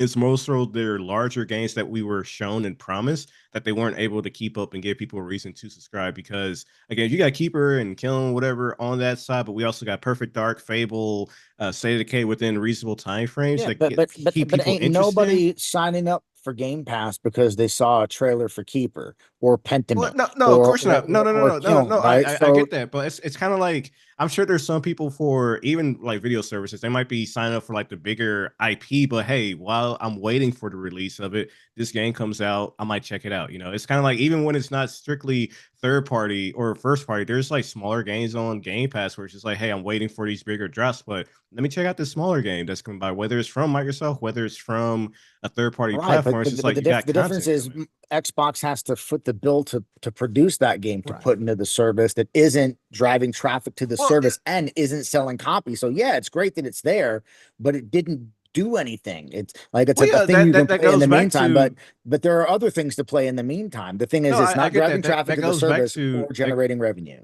No, I get that. And that goes back to like, will we be having this conversation? We don't know. But like, let's say Perfect Dark came out. It was phenomenal. It was great.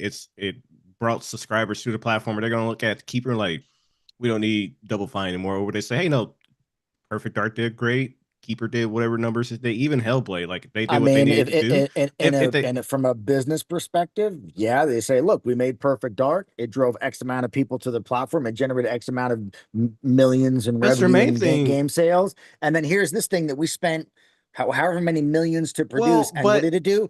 Fuck all. Oh, okay, great. Congratulations. Thanks, Double Fine. Like well, no, because one of the main problems as well is that Xbox was going with the like, while the 360 Xbox and the original Xbox were like, the development process of their first party titles was one extreme side of the coin, which was like, okay, we are going to be always monitoring the development process. We are always going to want to be receiving reports. We are going to be like, okay, this is our business and we are going to be involved in this entire process across the board.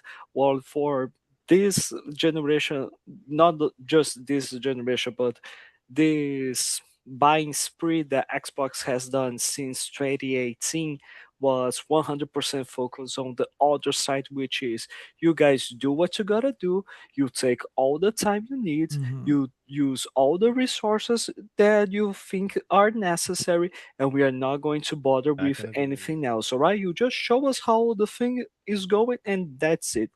And now it's probably going to be like, okay, we are going to get involved in this because just giving you 100% freedom is not working out. Because, like, for example, we got the Fallout IP, we got the Fallout developer, and we got Obsidian. We know these three things work together quite well. Why are we just receiving the news right now that Obsidian will it's be like they working wanted on to a do new Fallout game? And we've been saying that for how long now? How long, Fabio? Like, Obsidian could make a vow. We're the okay, moment- great. Then Yeah, they said, and Battle they're- World. yeah. Where in the So, fuck is No, no. Here's the thing. I actually appreciate that they were working on a Valve 2, and that the game is like just on hold. It wasn't 100% It's not canceled. scrapped, They're but yeah, just now going to they're like shipping priority. focus on Fallout, and then they will follow with a Valve. So like, I'm glad with that. But honestly, doing a New Vegas remaster or a Obsidian Fallout game was like something that was supposed to be okay. This is the first thing That's the you thing that should people were be once doing. they heard that they acquired Obsidian, it was like, okay, we're gonna get a New Vegas 2 or not. Well, I think it was Obsidian, then it was Bethesda. But once they had both of those in the stable, it was like we're Or definitely like- gonna get that. But you know, as People are you're gonna saying, we upset didn't when get it's that. like, We got Avowed and but Or Pentiment like, was decent I game, don't but know. Or like, I don't know, we acquired Activision Blizzard. Activision Blizzard has Toys for Bob. We have Banjo Kazooie and Conquer. These guys know how to do Crash and Spyro games. Why don't we try to make a Toys for Bob develop a brand new Banjo Kazooie title? Yeah, it's definitely one of those situations where I understand on like letting the creators create and you don't want to force them to do something, but at the same time, it's like sometimes you do have to step in and say, hey, we have these IP that would likely drive traffic to the platform. Let's get them to work on those so we can bring those numbers back. And just very briefly to go back to the conversation, like if those small games were good or bad for Game Pass, I think the question would be if we had like a Perfect Dark, if we had the larger releases come out and they did well, would they still be in the conversation of do we want to keep these smaller studios around? Because again, with a subscription service like Game Pass, you got to have content. I'm not saying shovelware content. You still want quality, but you got to have content while you're waiting for the heavy hitters to come in. And if it was hitting, because the main reason that they said they dropped it mostly was because, or at least the rumors and the news that came out was that they didn't hit the target of subscriptions that they wanted. So let's say if it was at 100 million subscribers, what they say, we gotta get rid of Double Fine, we gotta get rid of Ninja Theory, or hey, we hit 100 million.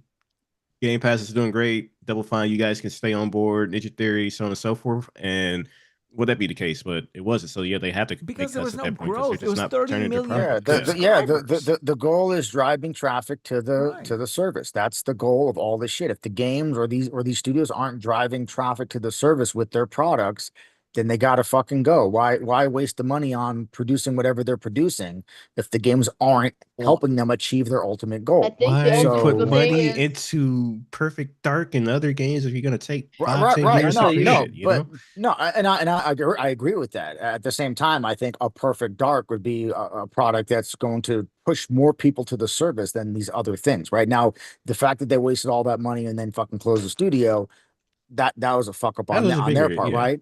But had the game come out, even if it was moderately okay, had that game come out, it would have been a game that it's got nostalgia behind it. People remember that game from the N64, and it's something that's going to be more interesting to more people because it's an FPS. FPS is the number one fucking genre played on anything is FPS. So you put an Yeah, but FPS in the service versus Kiln or the fucking Lighthouse game, here, that's going to be no, something but that's going here's to the push thing. people to the service. But here's the thing. This is something that they also need to be trying to start connecting the dots in order for them to how can I say this, get more results with the resources that they have. And I'm not specifically saying about money. I'm talking about the IPs and the studios that they have. Okay, for example, we got Perfect Dark. Are we going to, now that the initiative is gone, should we now just put it back in limbo and wait for some other third party studio to be acquired or to offer an opportunity to make a brand new Perfect Dark game? Or should we just try to, it's software or machine games, how about you Yeah, guys no, decide to work on a Perfect Dark title? either of those studios would crush that Because IP. like They're this, perfect for it. because like this is a way for them I, to I, like, I didn't even see what I did let's there. I didn't even see it. like let's try to use the studios that we have for the IPs that we are holding on for such a long time. Because Yep. like one of the things I was worried about, okay, they are going to, oh shit, they are going to be shutting down Double Fine, this is horrendous, because it is a studio with so much history, so important the in the for the indie industry as a whole, with so many creative titles as well.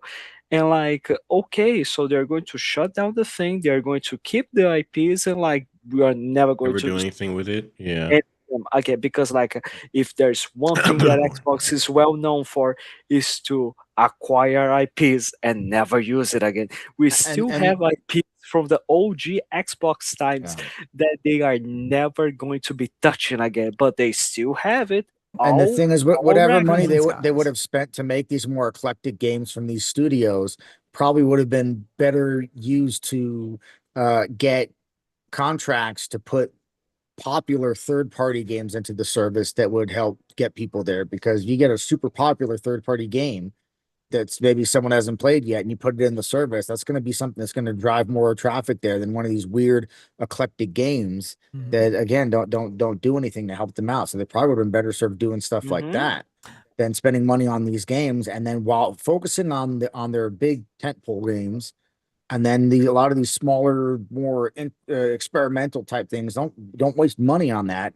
Get super popular games that are third party into their service, and those are the games that you play in between waiting for their major releases. I mean, you're a first party publisher. You should be making buzzworthy games. I mean, none of the games that you released in Game Pass were that buzzworthy. I mean, Matt Likes Game says, like I never signed up for Game Pass for Ori, but I happen to play it there, and it's one of my favorite franchises now. Yeah, I get that, but the problem Again, it's nobody's going to Game Pass for Ori.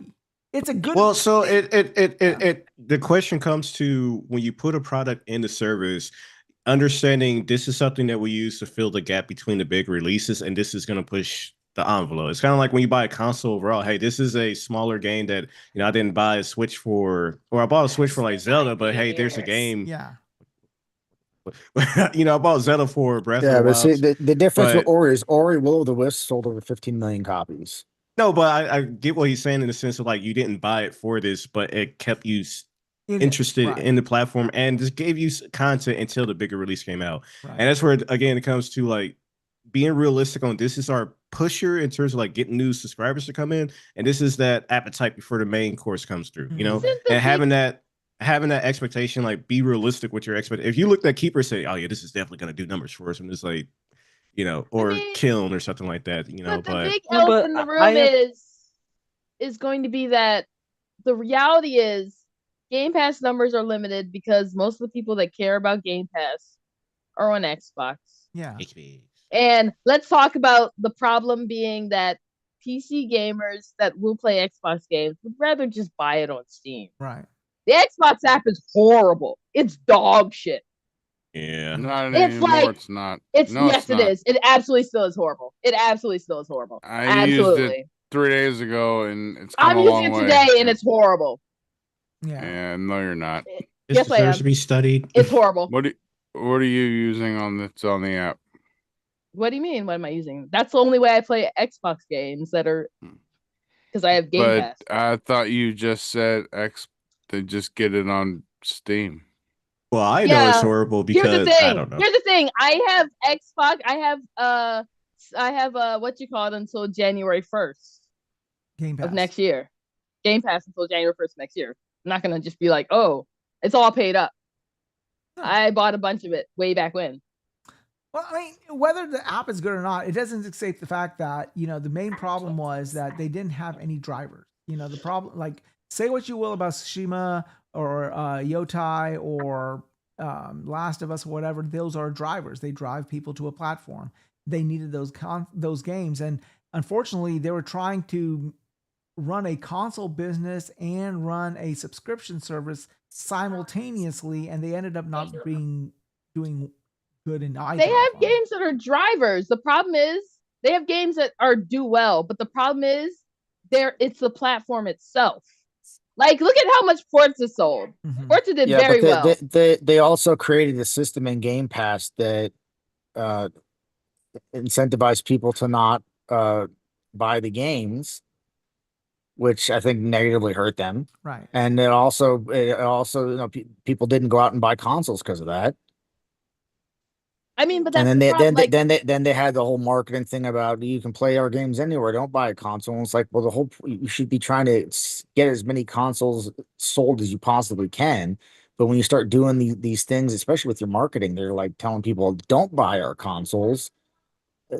Yeah, what do you think is going to happen? I mean, I kind of get where they're going with that, because you have it on PC, you have it on console, you have it on streaming. Then, like, yeah, you're telling people like, hey, we want you in our ecosystem playing our games, but you don't have to be strictly on the box. My point is that if you're gonna create a service, and again, I don't see the numbers. This is just my personal opinion when it comes to Game Pass. If you're gonna create the service that incentivizes people to not buy your game, then you need to have as many fucking people as possible in that service. Right. And the more consoles you have, the more people are going to be in that service. The problem is when you on top of that create marketing campaigns that tell people not to buy the console, well, then what the fuck do you think is going to happen? You have a service that tells people you don't have to buy your games, and then a marketing campaign that's telling people you don't have to buy the console. Yeah, of course, I get that, but at the same time, at the end of the day, that's the problem. No one cares that much.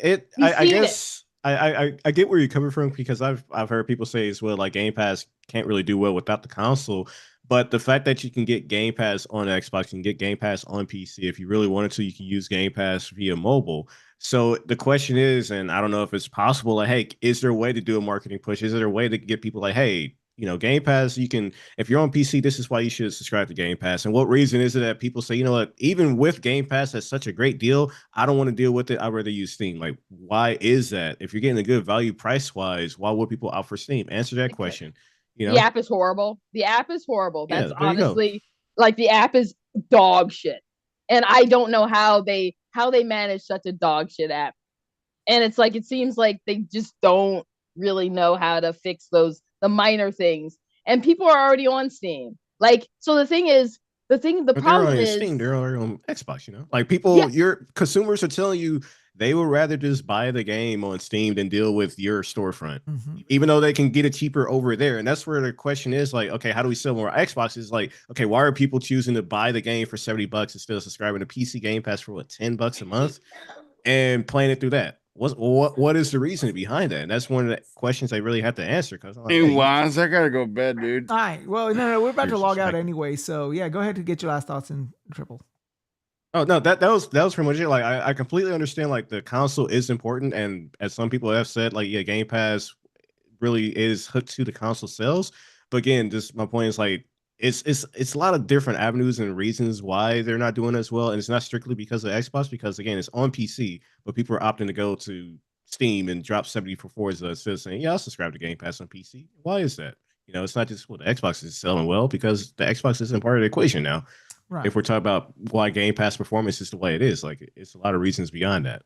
Well, That's it. I mean, in the end of the day, I think it's something that they're going to have to revisit, and they're going to have to do a market shift in Game Pass. And I mean, they have a lot of work to do. They have to stabilize their message.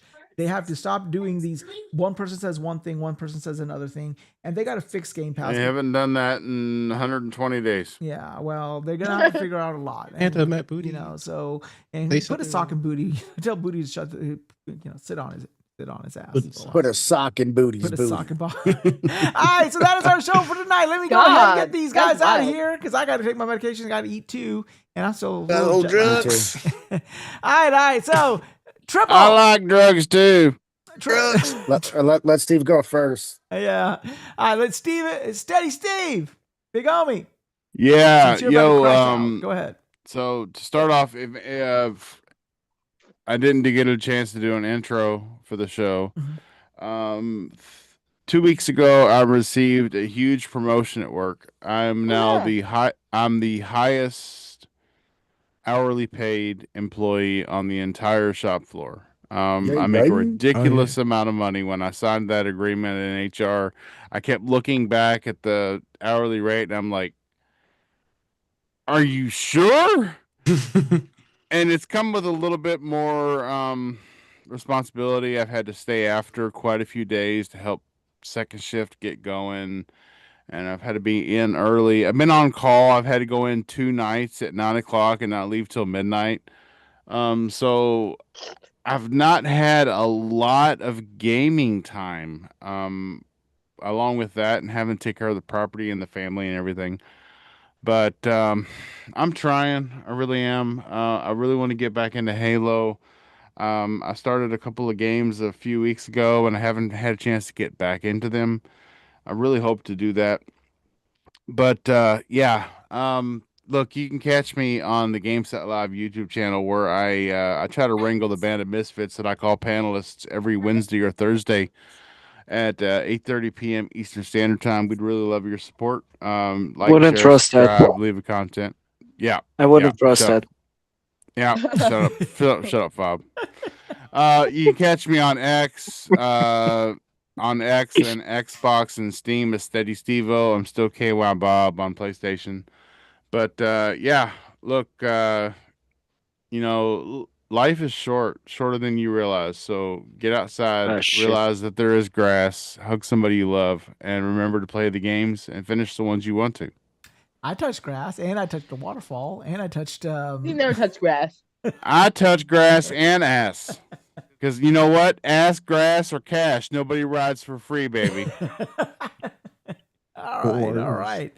Okay, my man. Boy, oh boy. Nova. Peace out, everybody. All right. Later. Later, Tater. Nova, tell us where we can find you, big homie. YouTube, Supernova Gaming, X, Yo-Yo, it's Nova, and here every Friday at 7 p.m. Eastern for Wasted with Wize. Appreciate it. All right. Fabio. Yo. My Brazilian brother. Tell us where we can find you.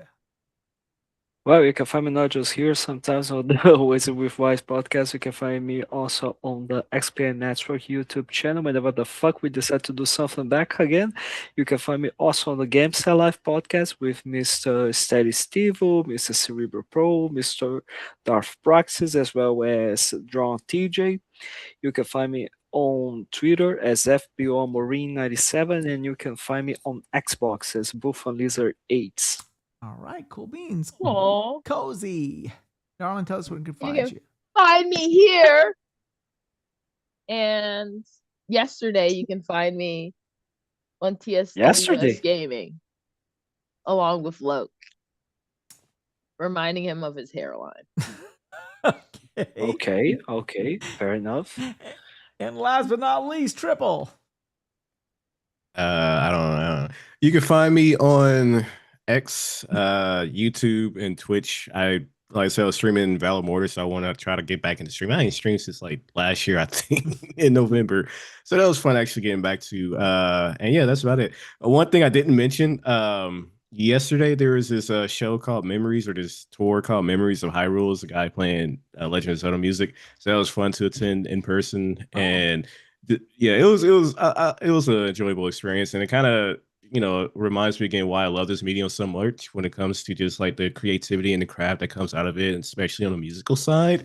And being there, listening to them play, there are some people crying and shedding tears while I'm just like hearing the music and understanding how different games mean so much to different people. That's one of the reasons why I love this medium so much. So yeah, I just wanted to give my little box to say that was fun. It was a great experience. I loved it, man. Yeah.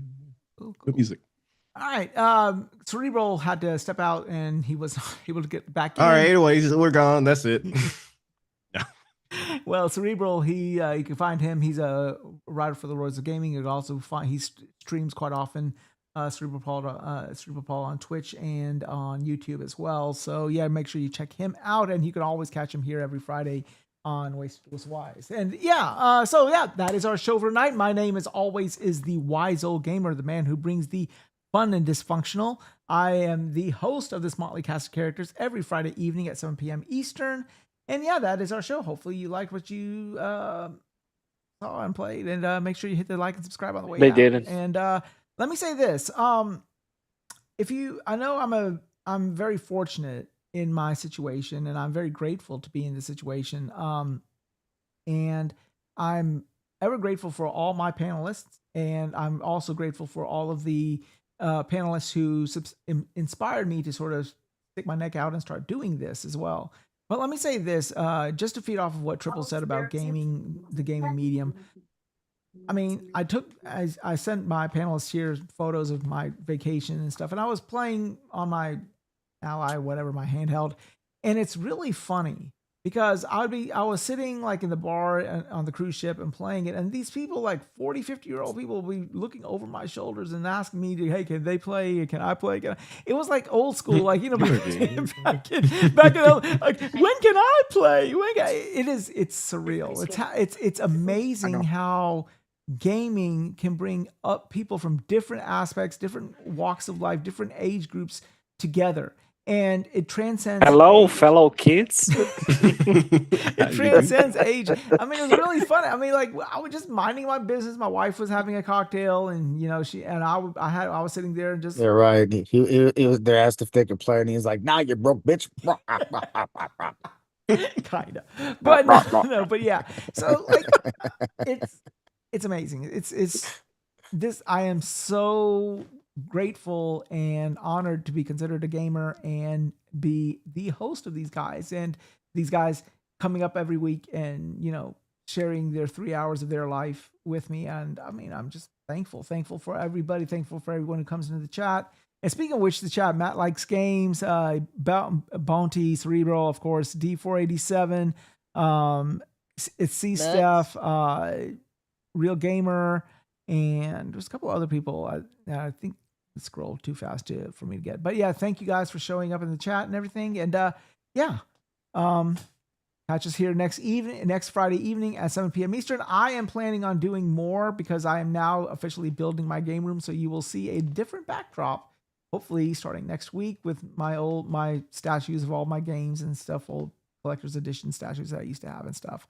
But yeah, anyhow, you can catch me, Wiseal Gamer with a Z, on PlayStation, Xbox, Nintendo X, and that's it. So before I log out, I like to say what I always like to say: you can be anywhere, but you've not been anywhere till you first been wasted with Wize. Or my new logo, or my new slogan would be, "I'm just a man with a little bit of common sense and a whole lot of clout."